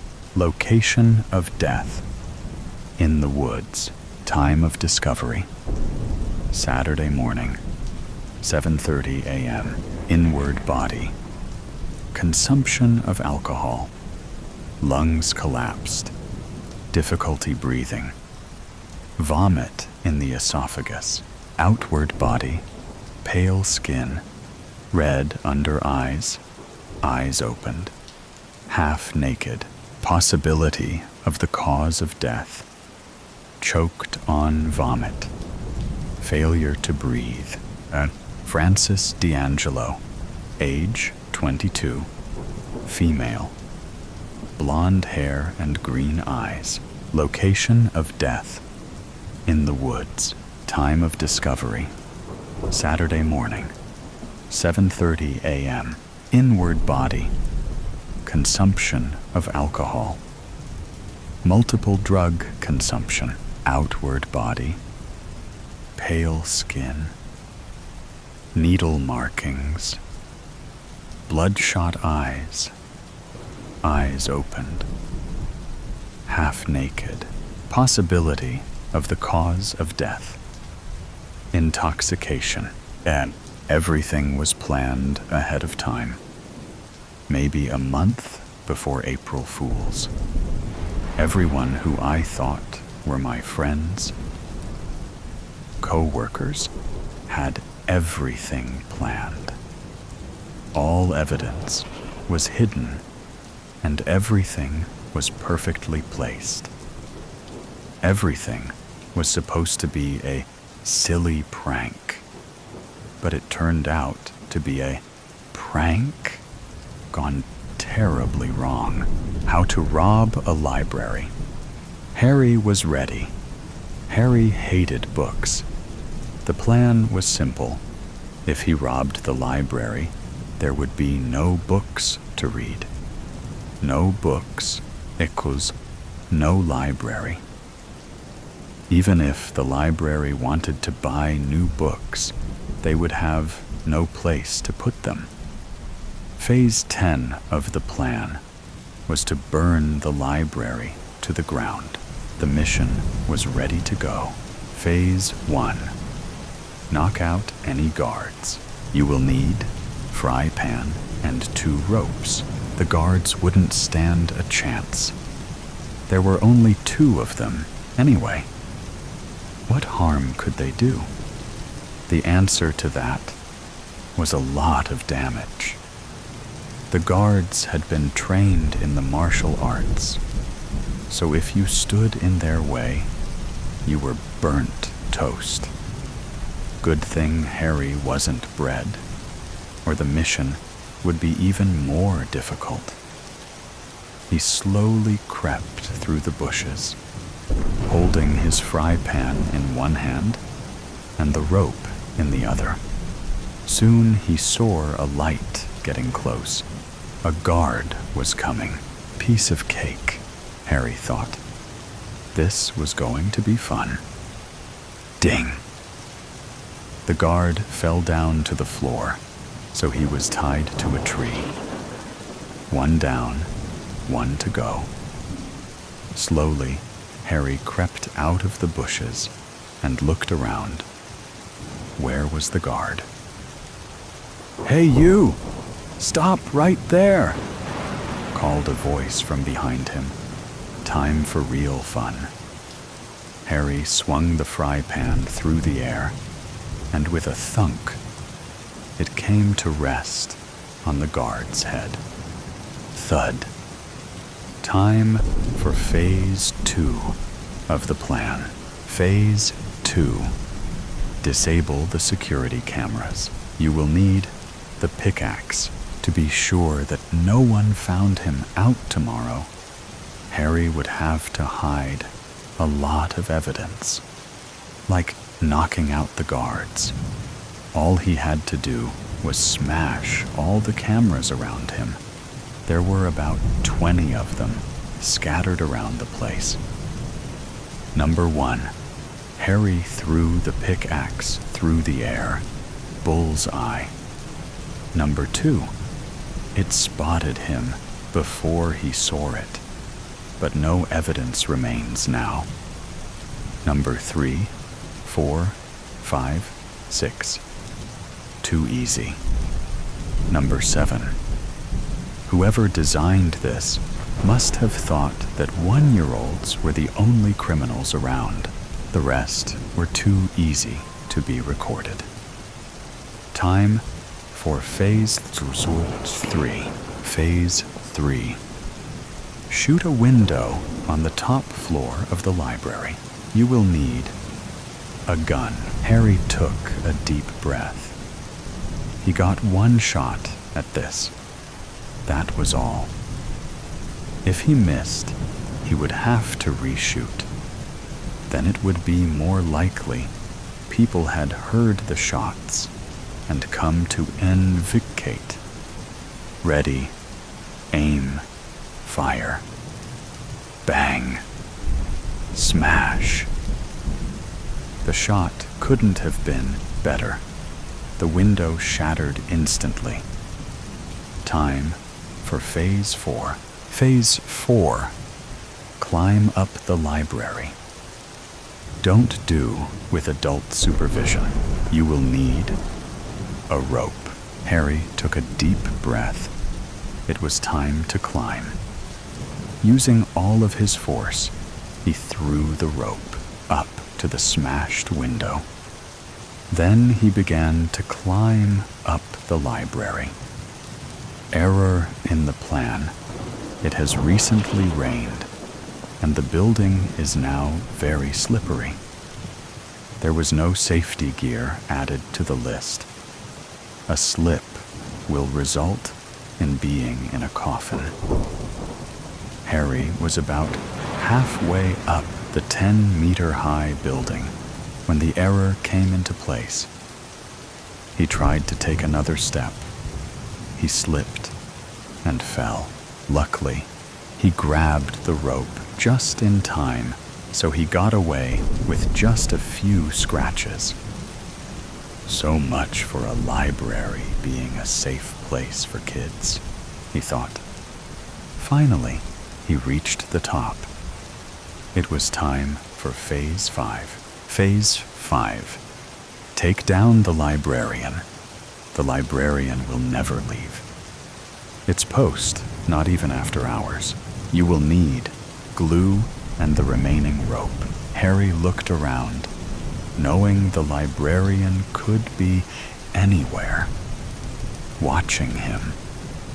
He got to work covering the floor with glue. It was going to be a sticky trap to fall into. Time to do the fun bit. Make noise.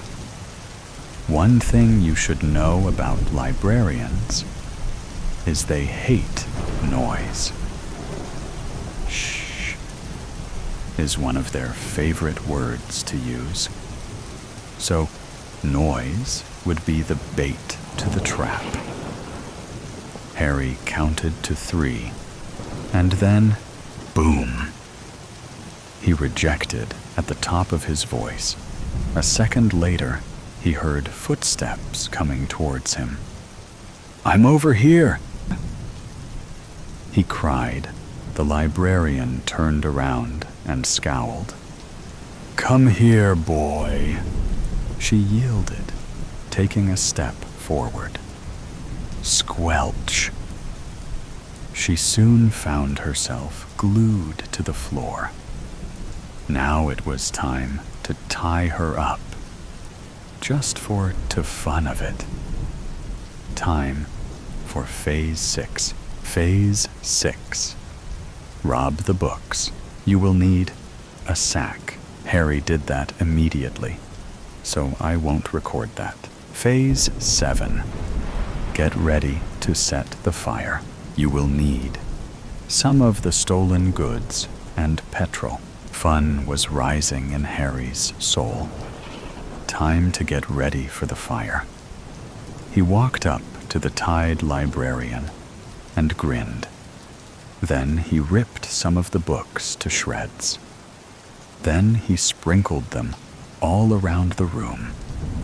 That was just the beginning. Time for the petrol. Harry ran around the room, pouring it everywhere. The librarian looked furious. That made Harry feel a sense of achievement. Phase 8. Make sure the librarian won't get killed in the fire. You won't need anything. Harry walked up to the librarian. "I'm sorry, miss, but I'm going to have to throw you out the window," he said. The librarian looked furiously at him. Did you not know that a librarian never leaves its post? She screamed angrily. Oh well, thought Harry, so be it. Phase 8 has been cancelled. Phase 9.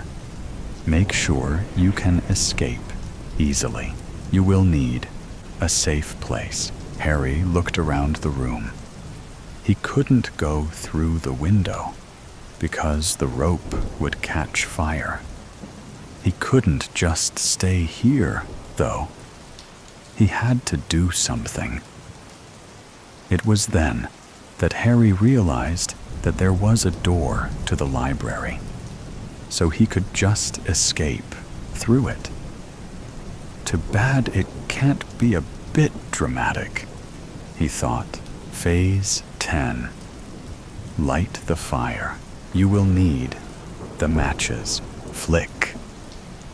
Harry struck the match. Then he walked over to the petrol. Then he set the fire. He now had just 3 minutes to escape. Fire was already everywhere the eye could see. It was time for the next phase. Phase 11.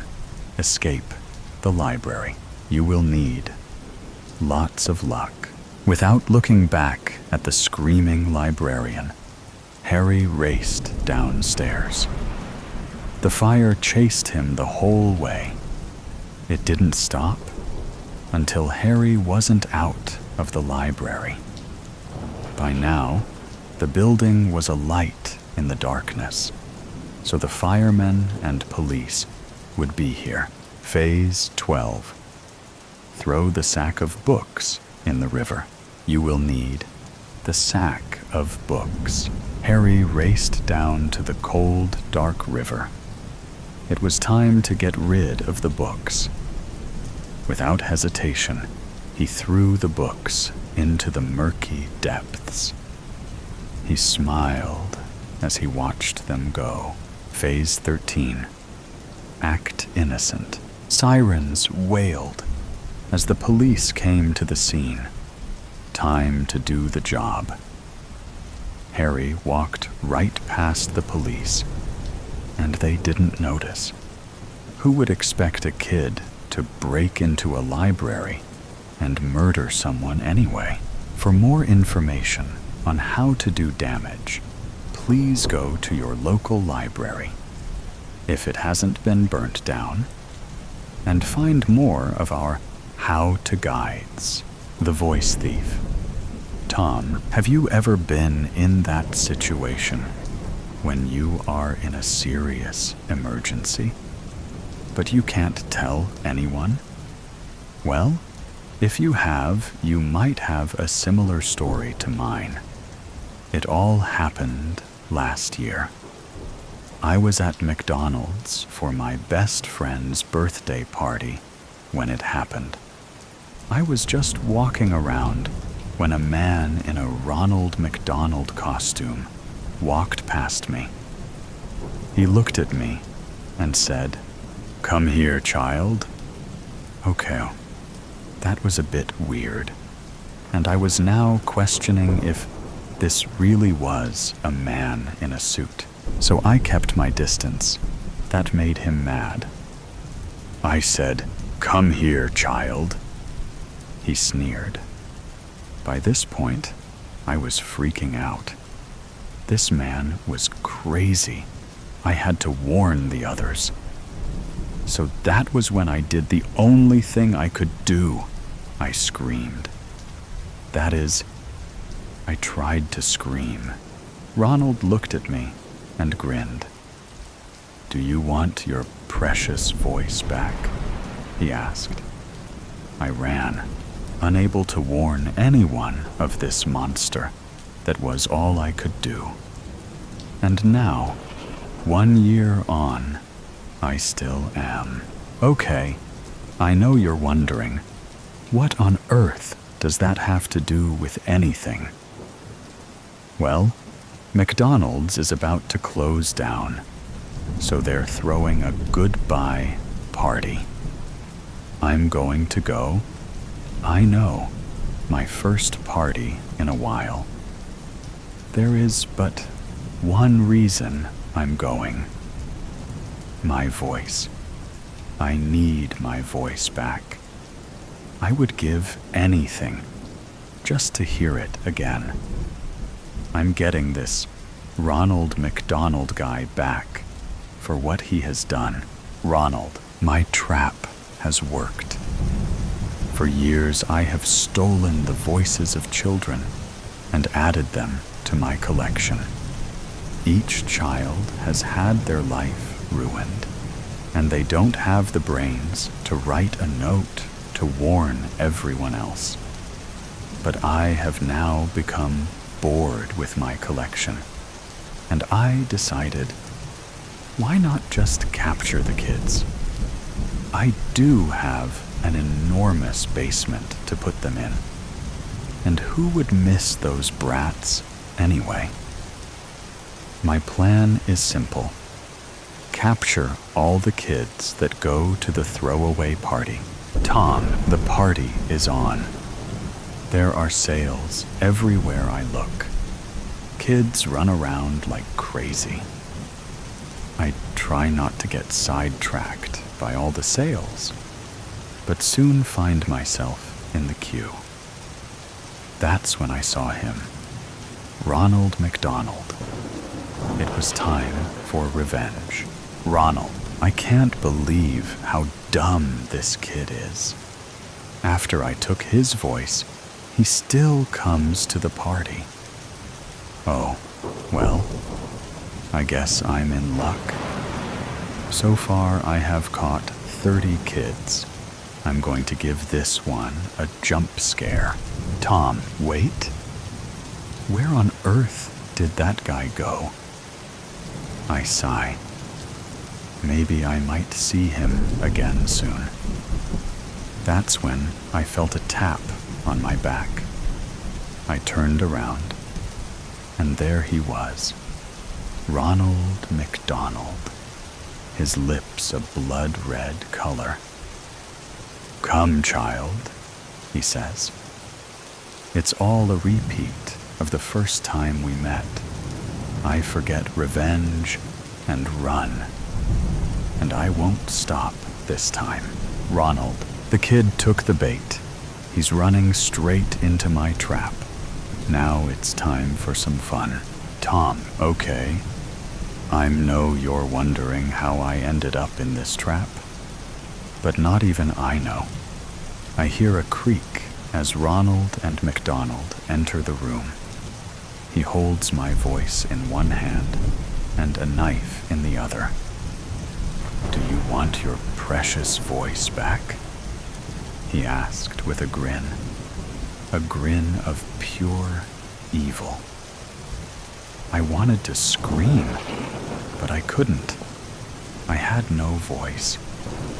That was when Ronald did something horrid. He killed my voice.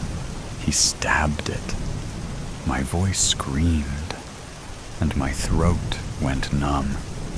My mission had failed. Ronald laughed, a wicked laugh. It was the type of laugh that freezes fire and melts ice.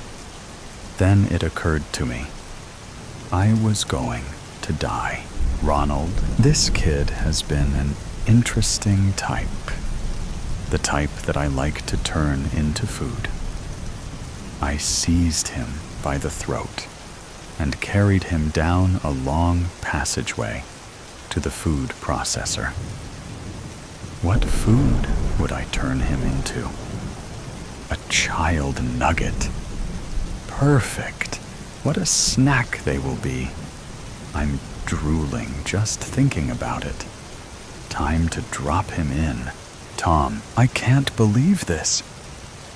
Pure cannibalism. Ronald let go. I fell down through the machine, landing in a pile of breadcrumbs.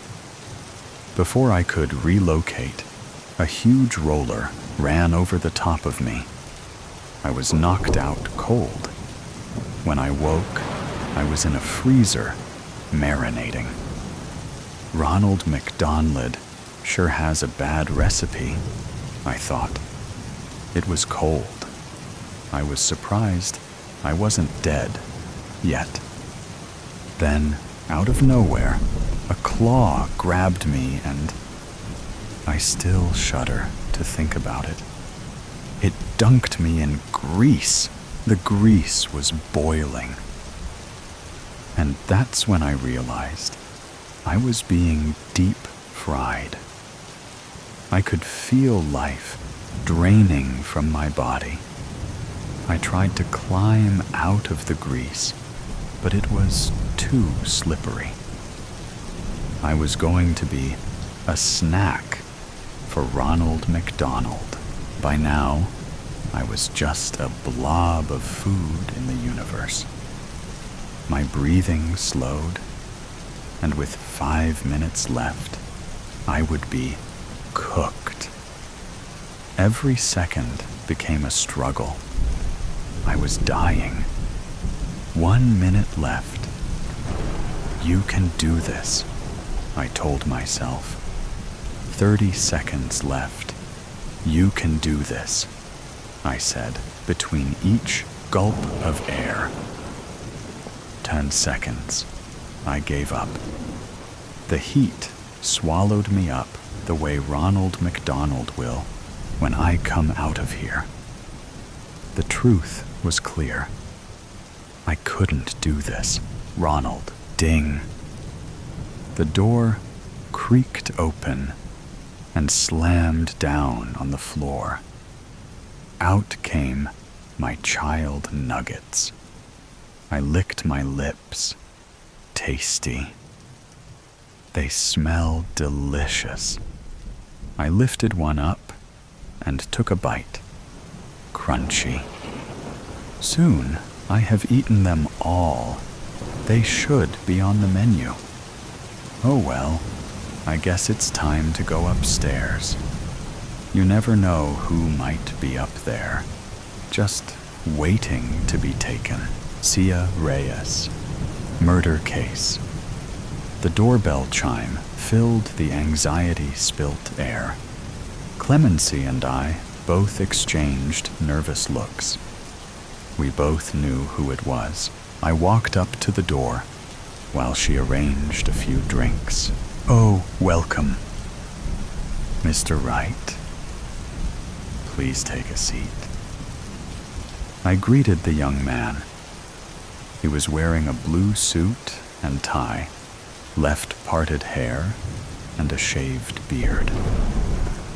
Mr. Wright sat comfortably on the foam, glaring at the drinks in front of him, but did not dare to have one. So you're Clemency Cook? He asked, cocking a brow towards me. I left a foolish chuckle and pointed at Clemency. No, she is. The lawyer's balls danced from me to Clemency's face while she stood near the dining table, trying hard not to blush. After all, Mr. Wright was a handsome youth. Mr. Wright adjusted his collars and asked Clemency to sit in front of him. He cleared his throat and began. Your name is Clemency Bailey Cook, am I right? Yes, sir. The gentleman forwarded his hand and was replied with a firm shake of Clemency's. My name is Ian Wright, senior lawyer from Rake Walker's. Am I right that you saw, He glanced at some papers and continued. Cia Reyes being brutally murdered in front of your eyes? Yes, sir. When did this happen?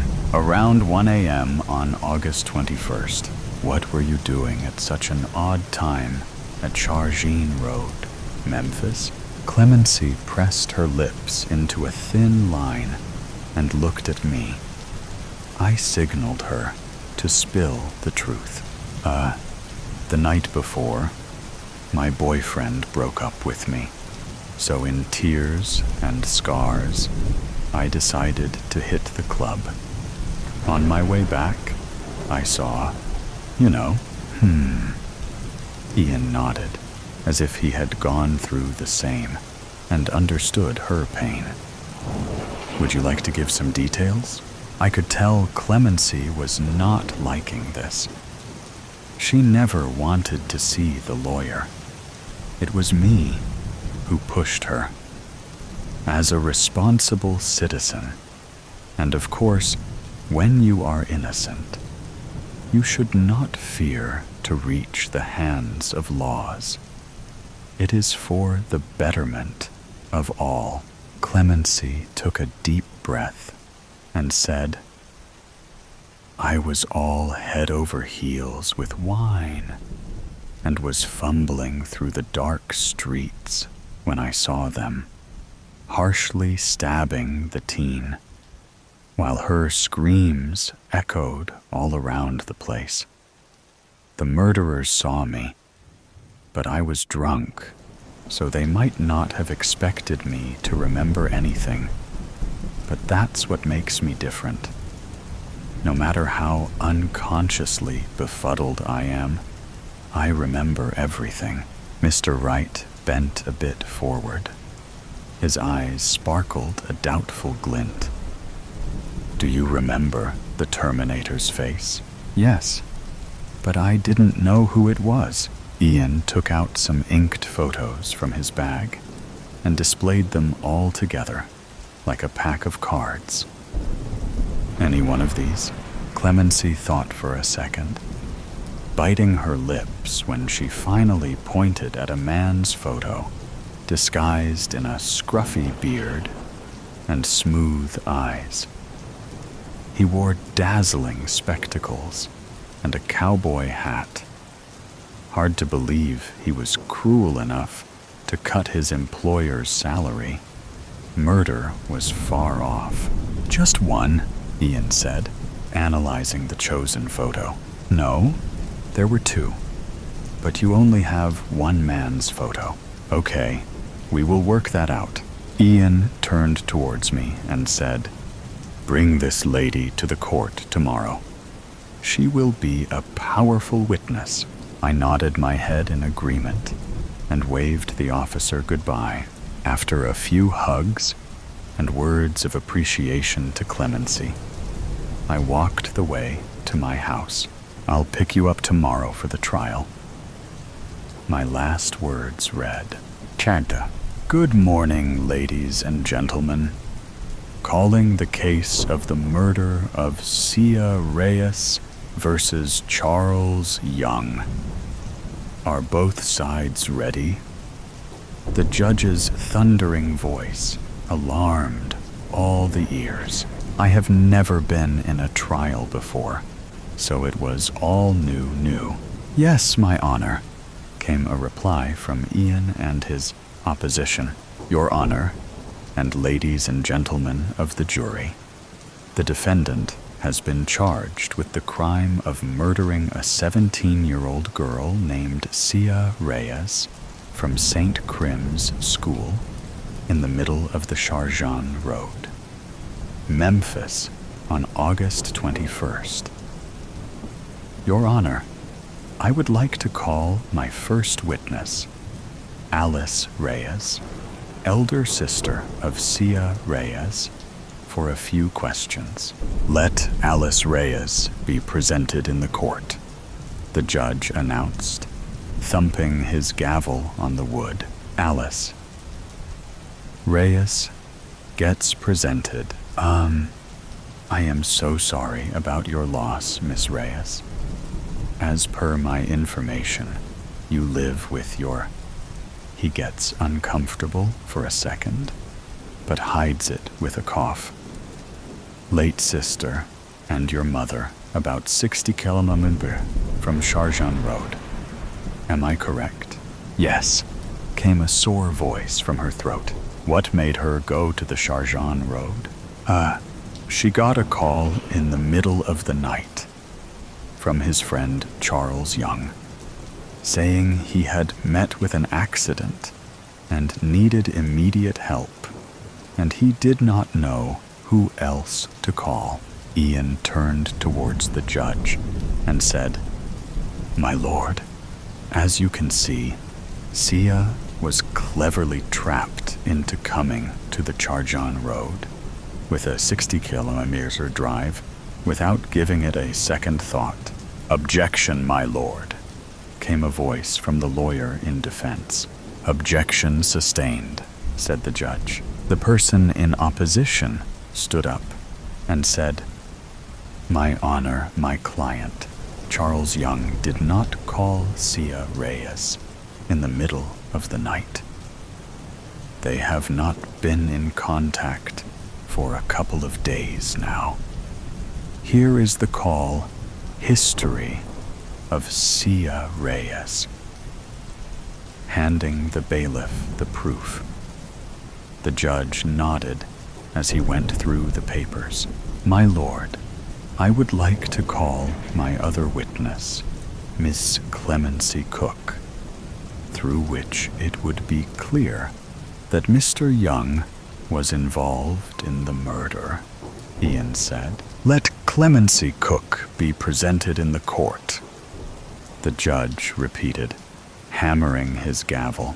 I was sitting among the public, and I could feel the environment tense. A small smirk played on Ian's face. "So, Ms. Clemency, were you present on the Charjan Road around 1 a.m. on 21st August? "Yes," Clemency replied. I could feel every nerve in my body jolt up. I was really getting excited. Now that famous Charles gotta get infamous. I felt my blood screaming, "Yuppie," from the inside. It feels so good when guilty people get punished. "Did you see Charles Young brutally murder Sia Reyes?" Everybody's brows lifted up at the second. "No, I did not see anything except a lifeless body lying in the middle of the street." I was left shaken. Ian and I glanced at each other in shock. "What?" "But during our discussion, you said..." Ian tried to protest. "Enough. Any other points from any side?" The judge yawped. The court fell silent. The gavel declared the adjournment of the court, leaving everyone standing in their seats, ready to get out of the courtroom. Clemency was smart to get out fast, but I caught her arm just in time and pulled her in a corner. "What was that? Why did you lie?"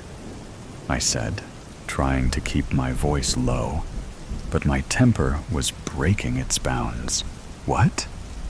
Oh, right. Listen, girl, you're too innocent for this world. This world runs on money. I got paid for it. Now get lost.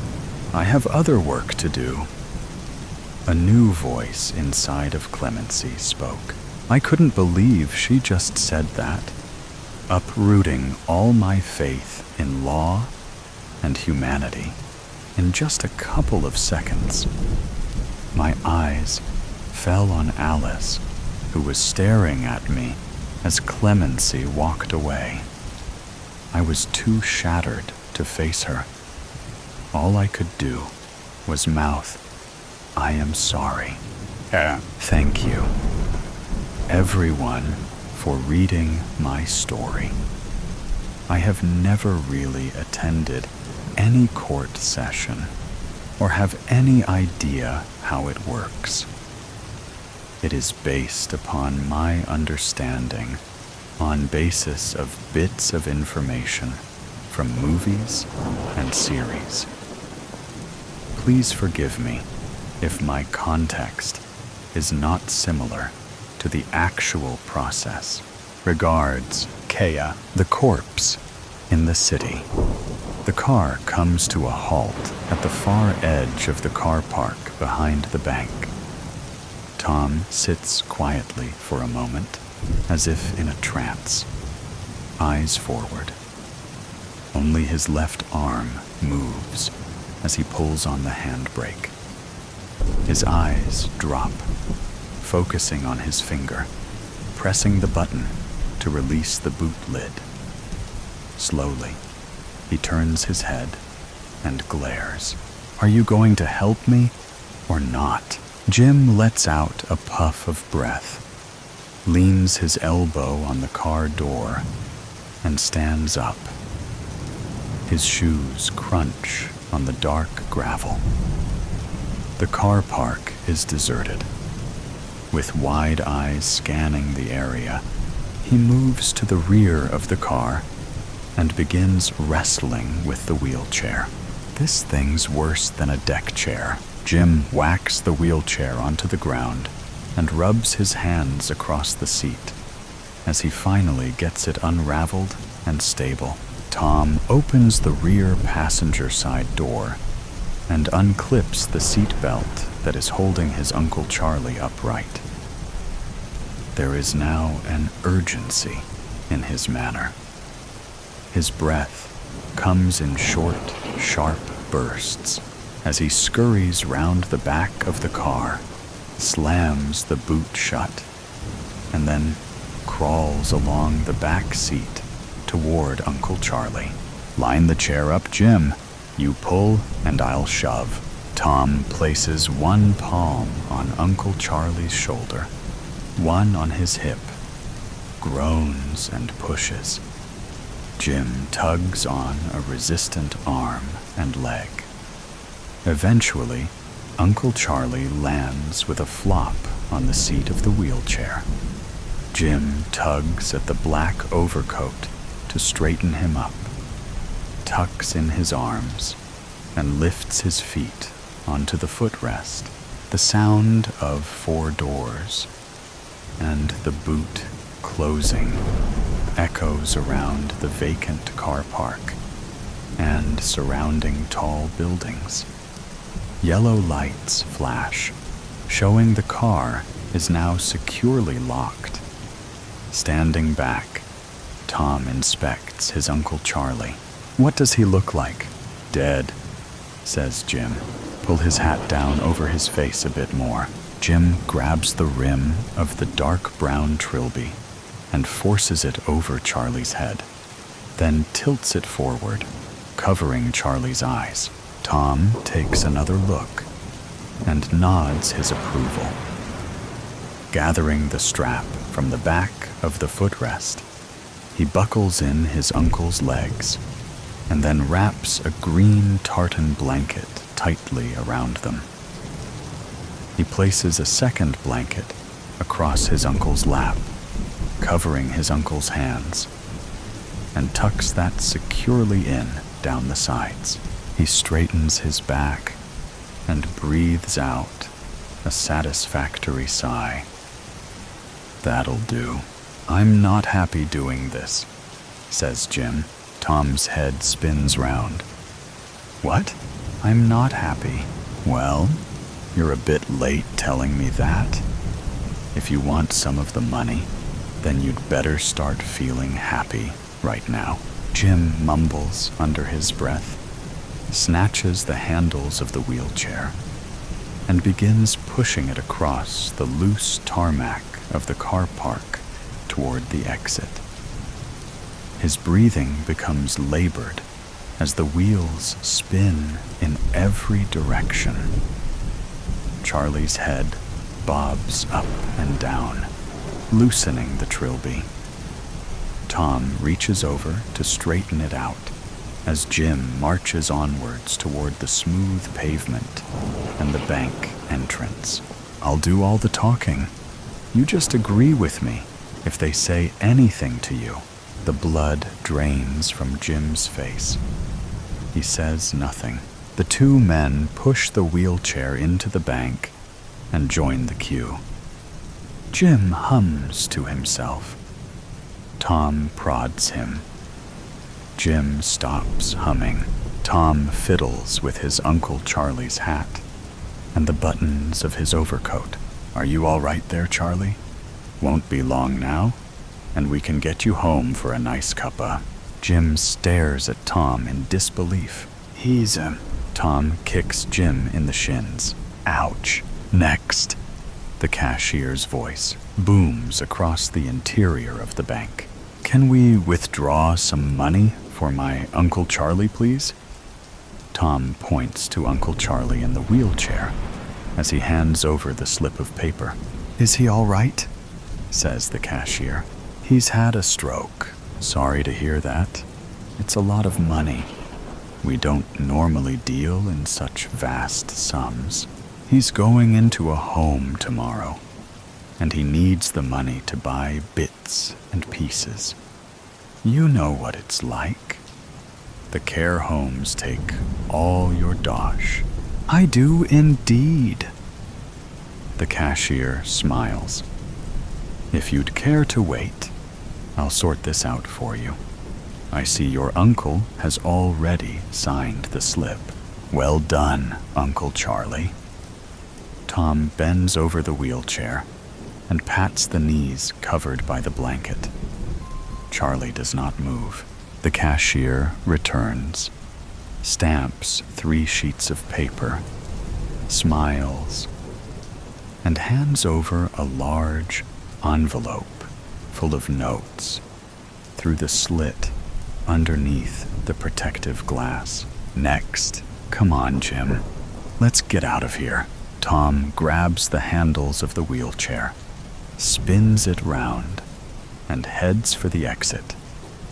Jim scuttles along behind as Tom races along the pavement back toward the car park. Tom turns the wheelchair round, tips it up onto the 2 back wheels, and drags it across the undulating ground. We did it, Jim. We did it. Tom lets out a muffled laugh as he squeezes Jim's biceps. Now, let's get the bastard back in the car. Tom checks the car park for pedestrians, then grabs the shoulders of his uncle. Jim unbuckles the legs and takes hold of the ankles. Between them, the 2 men heave the motionless mass into the car and slide it along the back seat. Jim spreads the 2 blankets on top and throws the wheelchair into the boot, then sinks into the passenger seat. The engine revs as Tom's white knuckles grip the steering wheel. The car speeds out the exit as the spinning tires kick up black tarmac. What are you going to do with Uncle Charlie? Says Jim. We've got to put him where they can't find him. There's a skip over there. Jim pointed. Don't be daft. What about one of those giant green bins? There's one outside the Dog and Badger. Are you mad? We can't just dump him anywhere. The police will find him. It's got to be somewhere. No one knows. We're going back to my place now, and we'll get rid of the knobhead later tonight. We've got to do it soon, before he turns black and smells. Tom stops the car in front of the garage, while Jim jumps out and opens the doors. The car shunts forward. Tom switches off the engine and gets out. He helps Jim secure the garage doors, and then they both go into the house. Jim sinks into the nearest armchair and immediately falls asleep. Tom races upstairs and jumps in the shower. He looks at the clock. They've got to be on the move before midnight. Tom carries the 2 suitcases downstairs and places them by the front door. He nudges Jim awake. In whispers, he tells Jim to hurry and organize himself, as they must deal with Uncle Charlie on the way to the airport. Jim rubs his eyes, goes into the kitchen, drinks a glass of water, grabs a biscuit, and then goes into the downstairs toilet. When he comes out, Tom tells him to take the 2 suitcases and put them in the back of the car, and not to forget the coil of rope that is hanging on a hook just inside the garage door. Jim puts the 2 suitcases and the coil of rope in the car. Tom starts the engine and backs out. He stops the car in the driveway, gets out, and checks the front door and closes the garage doors. Where are we going, Tom? To that new industrial estate they're building on the outskirts of the city. It's on the way to the airport.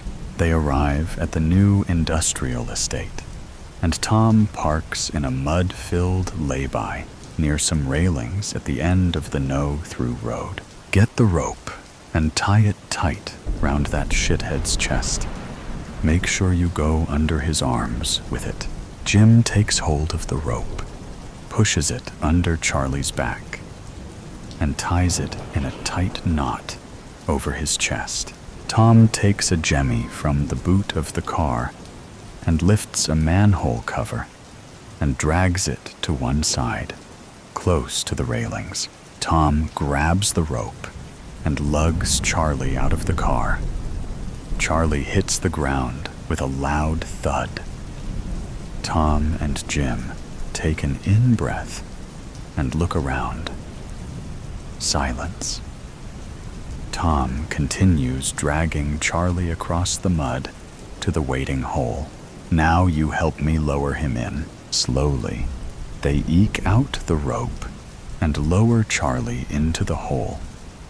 Then secure the end of the rope onto a girder near the top and replace the cover.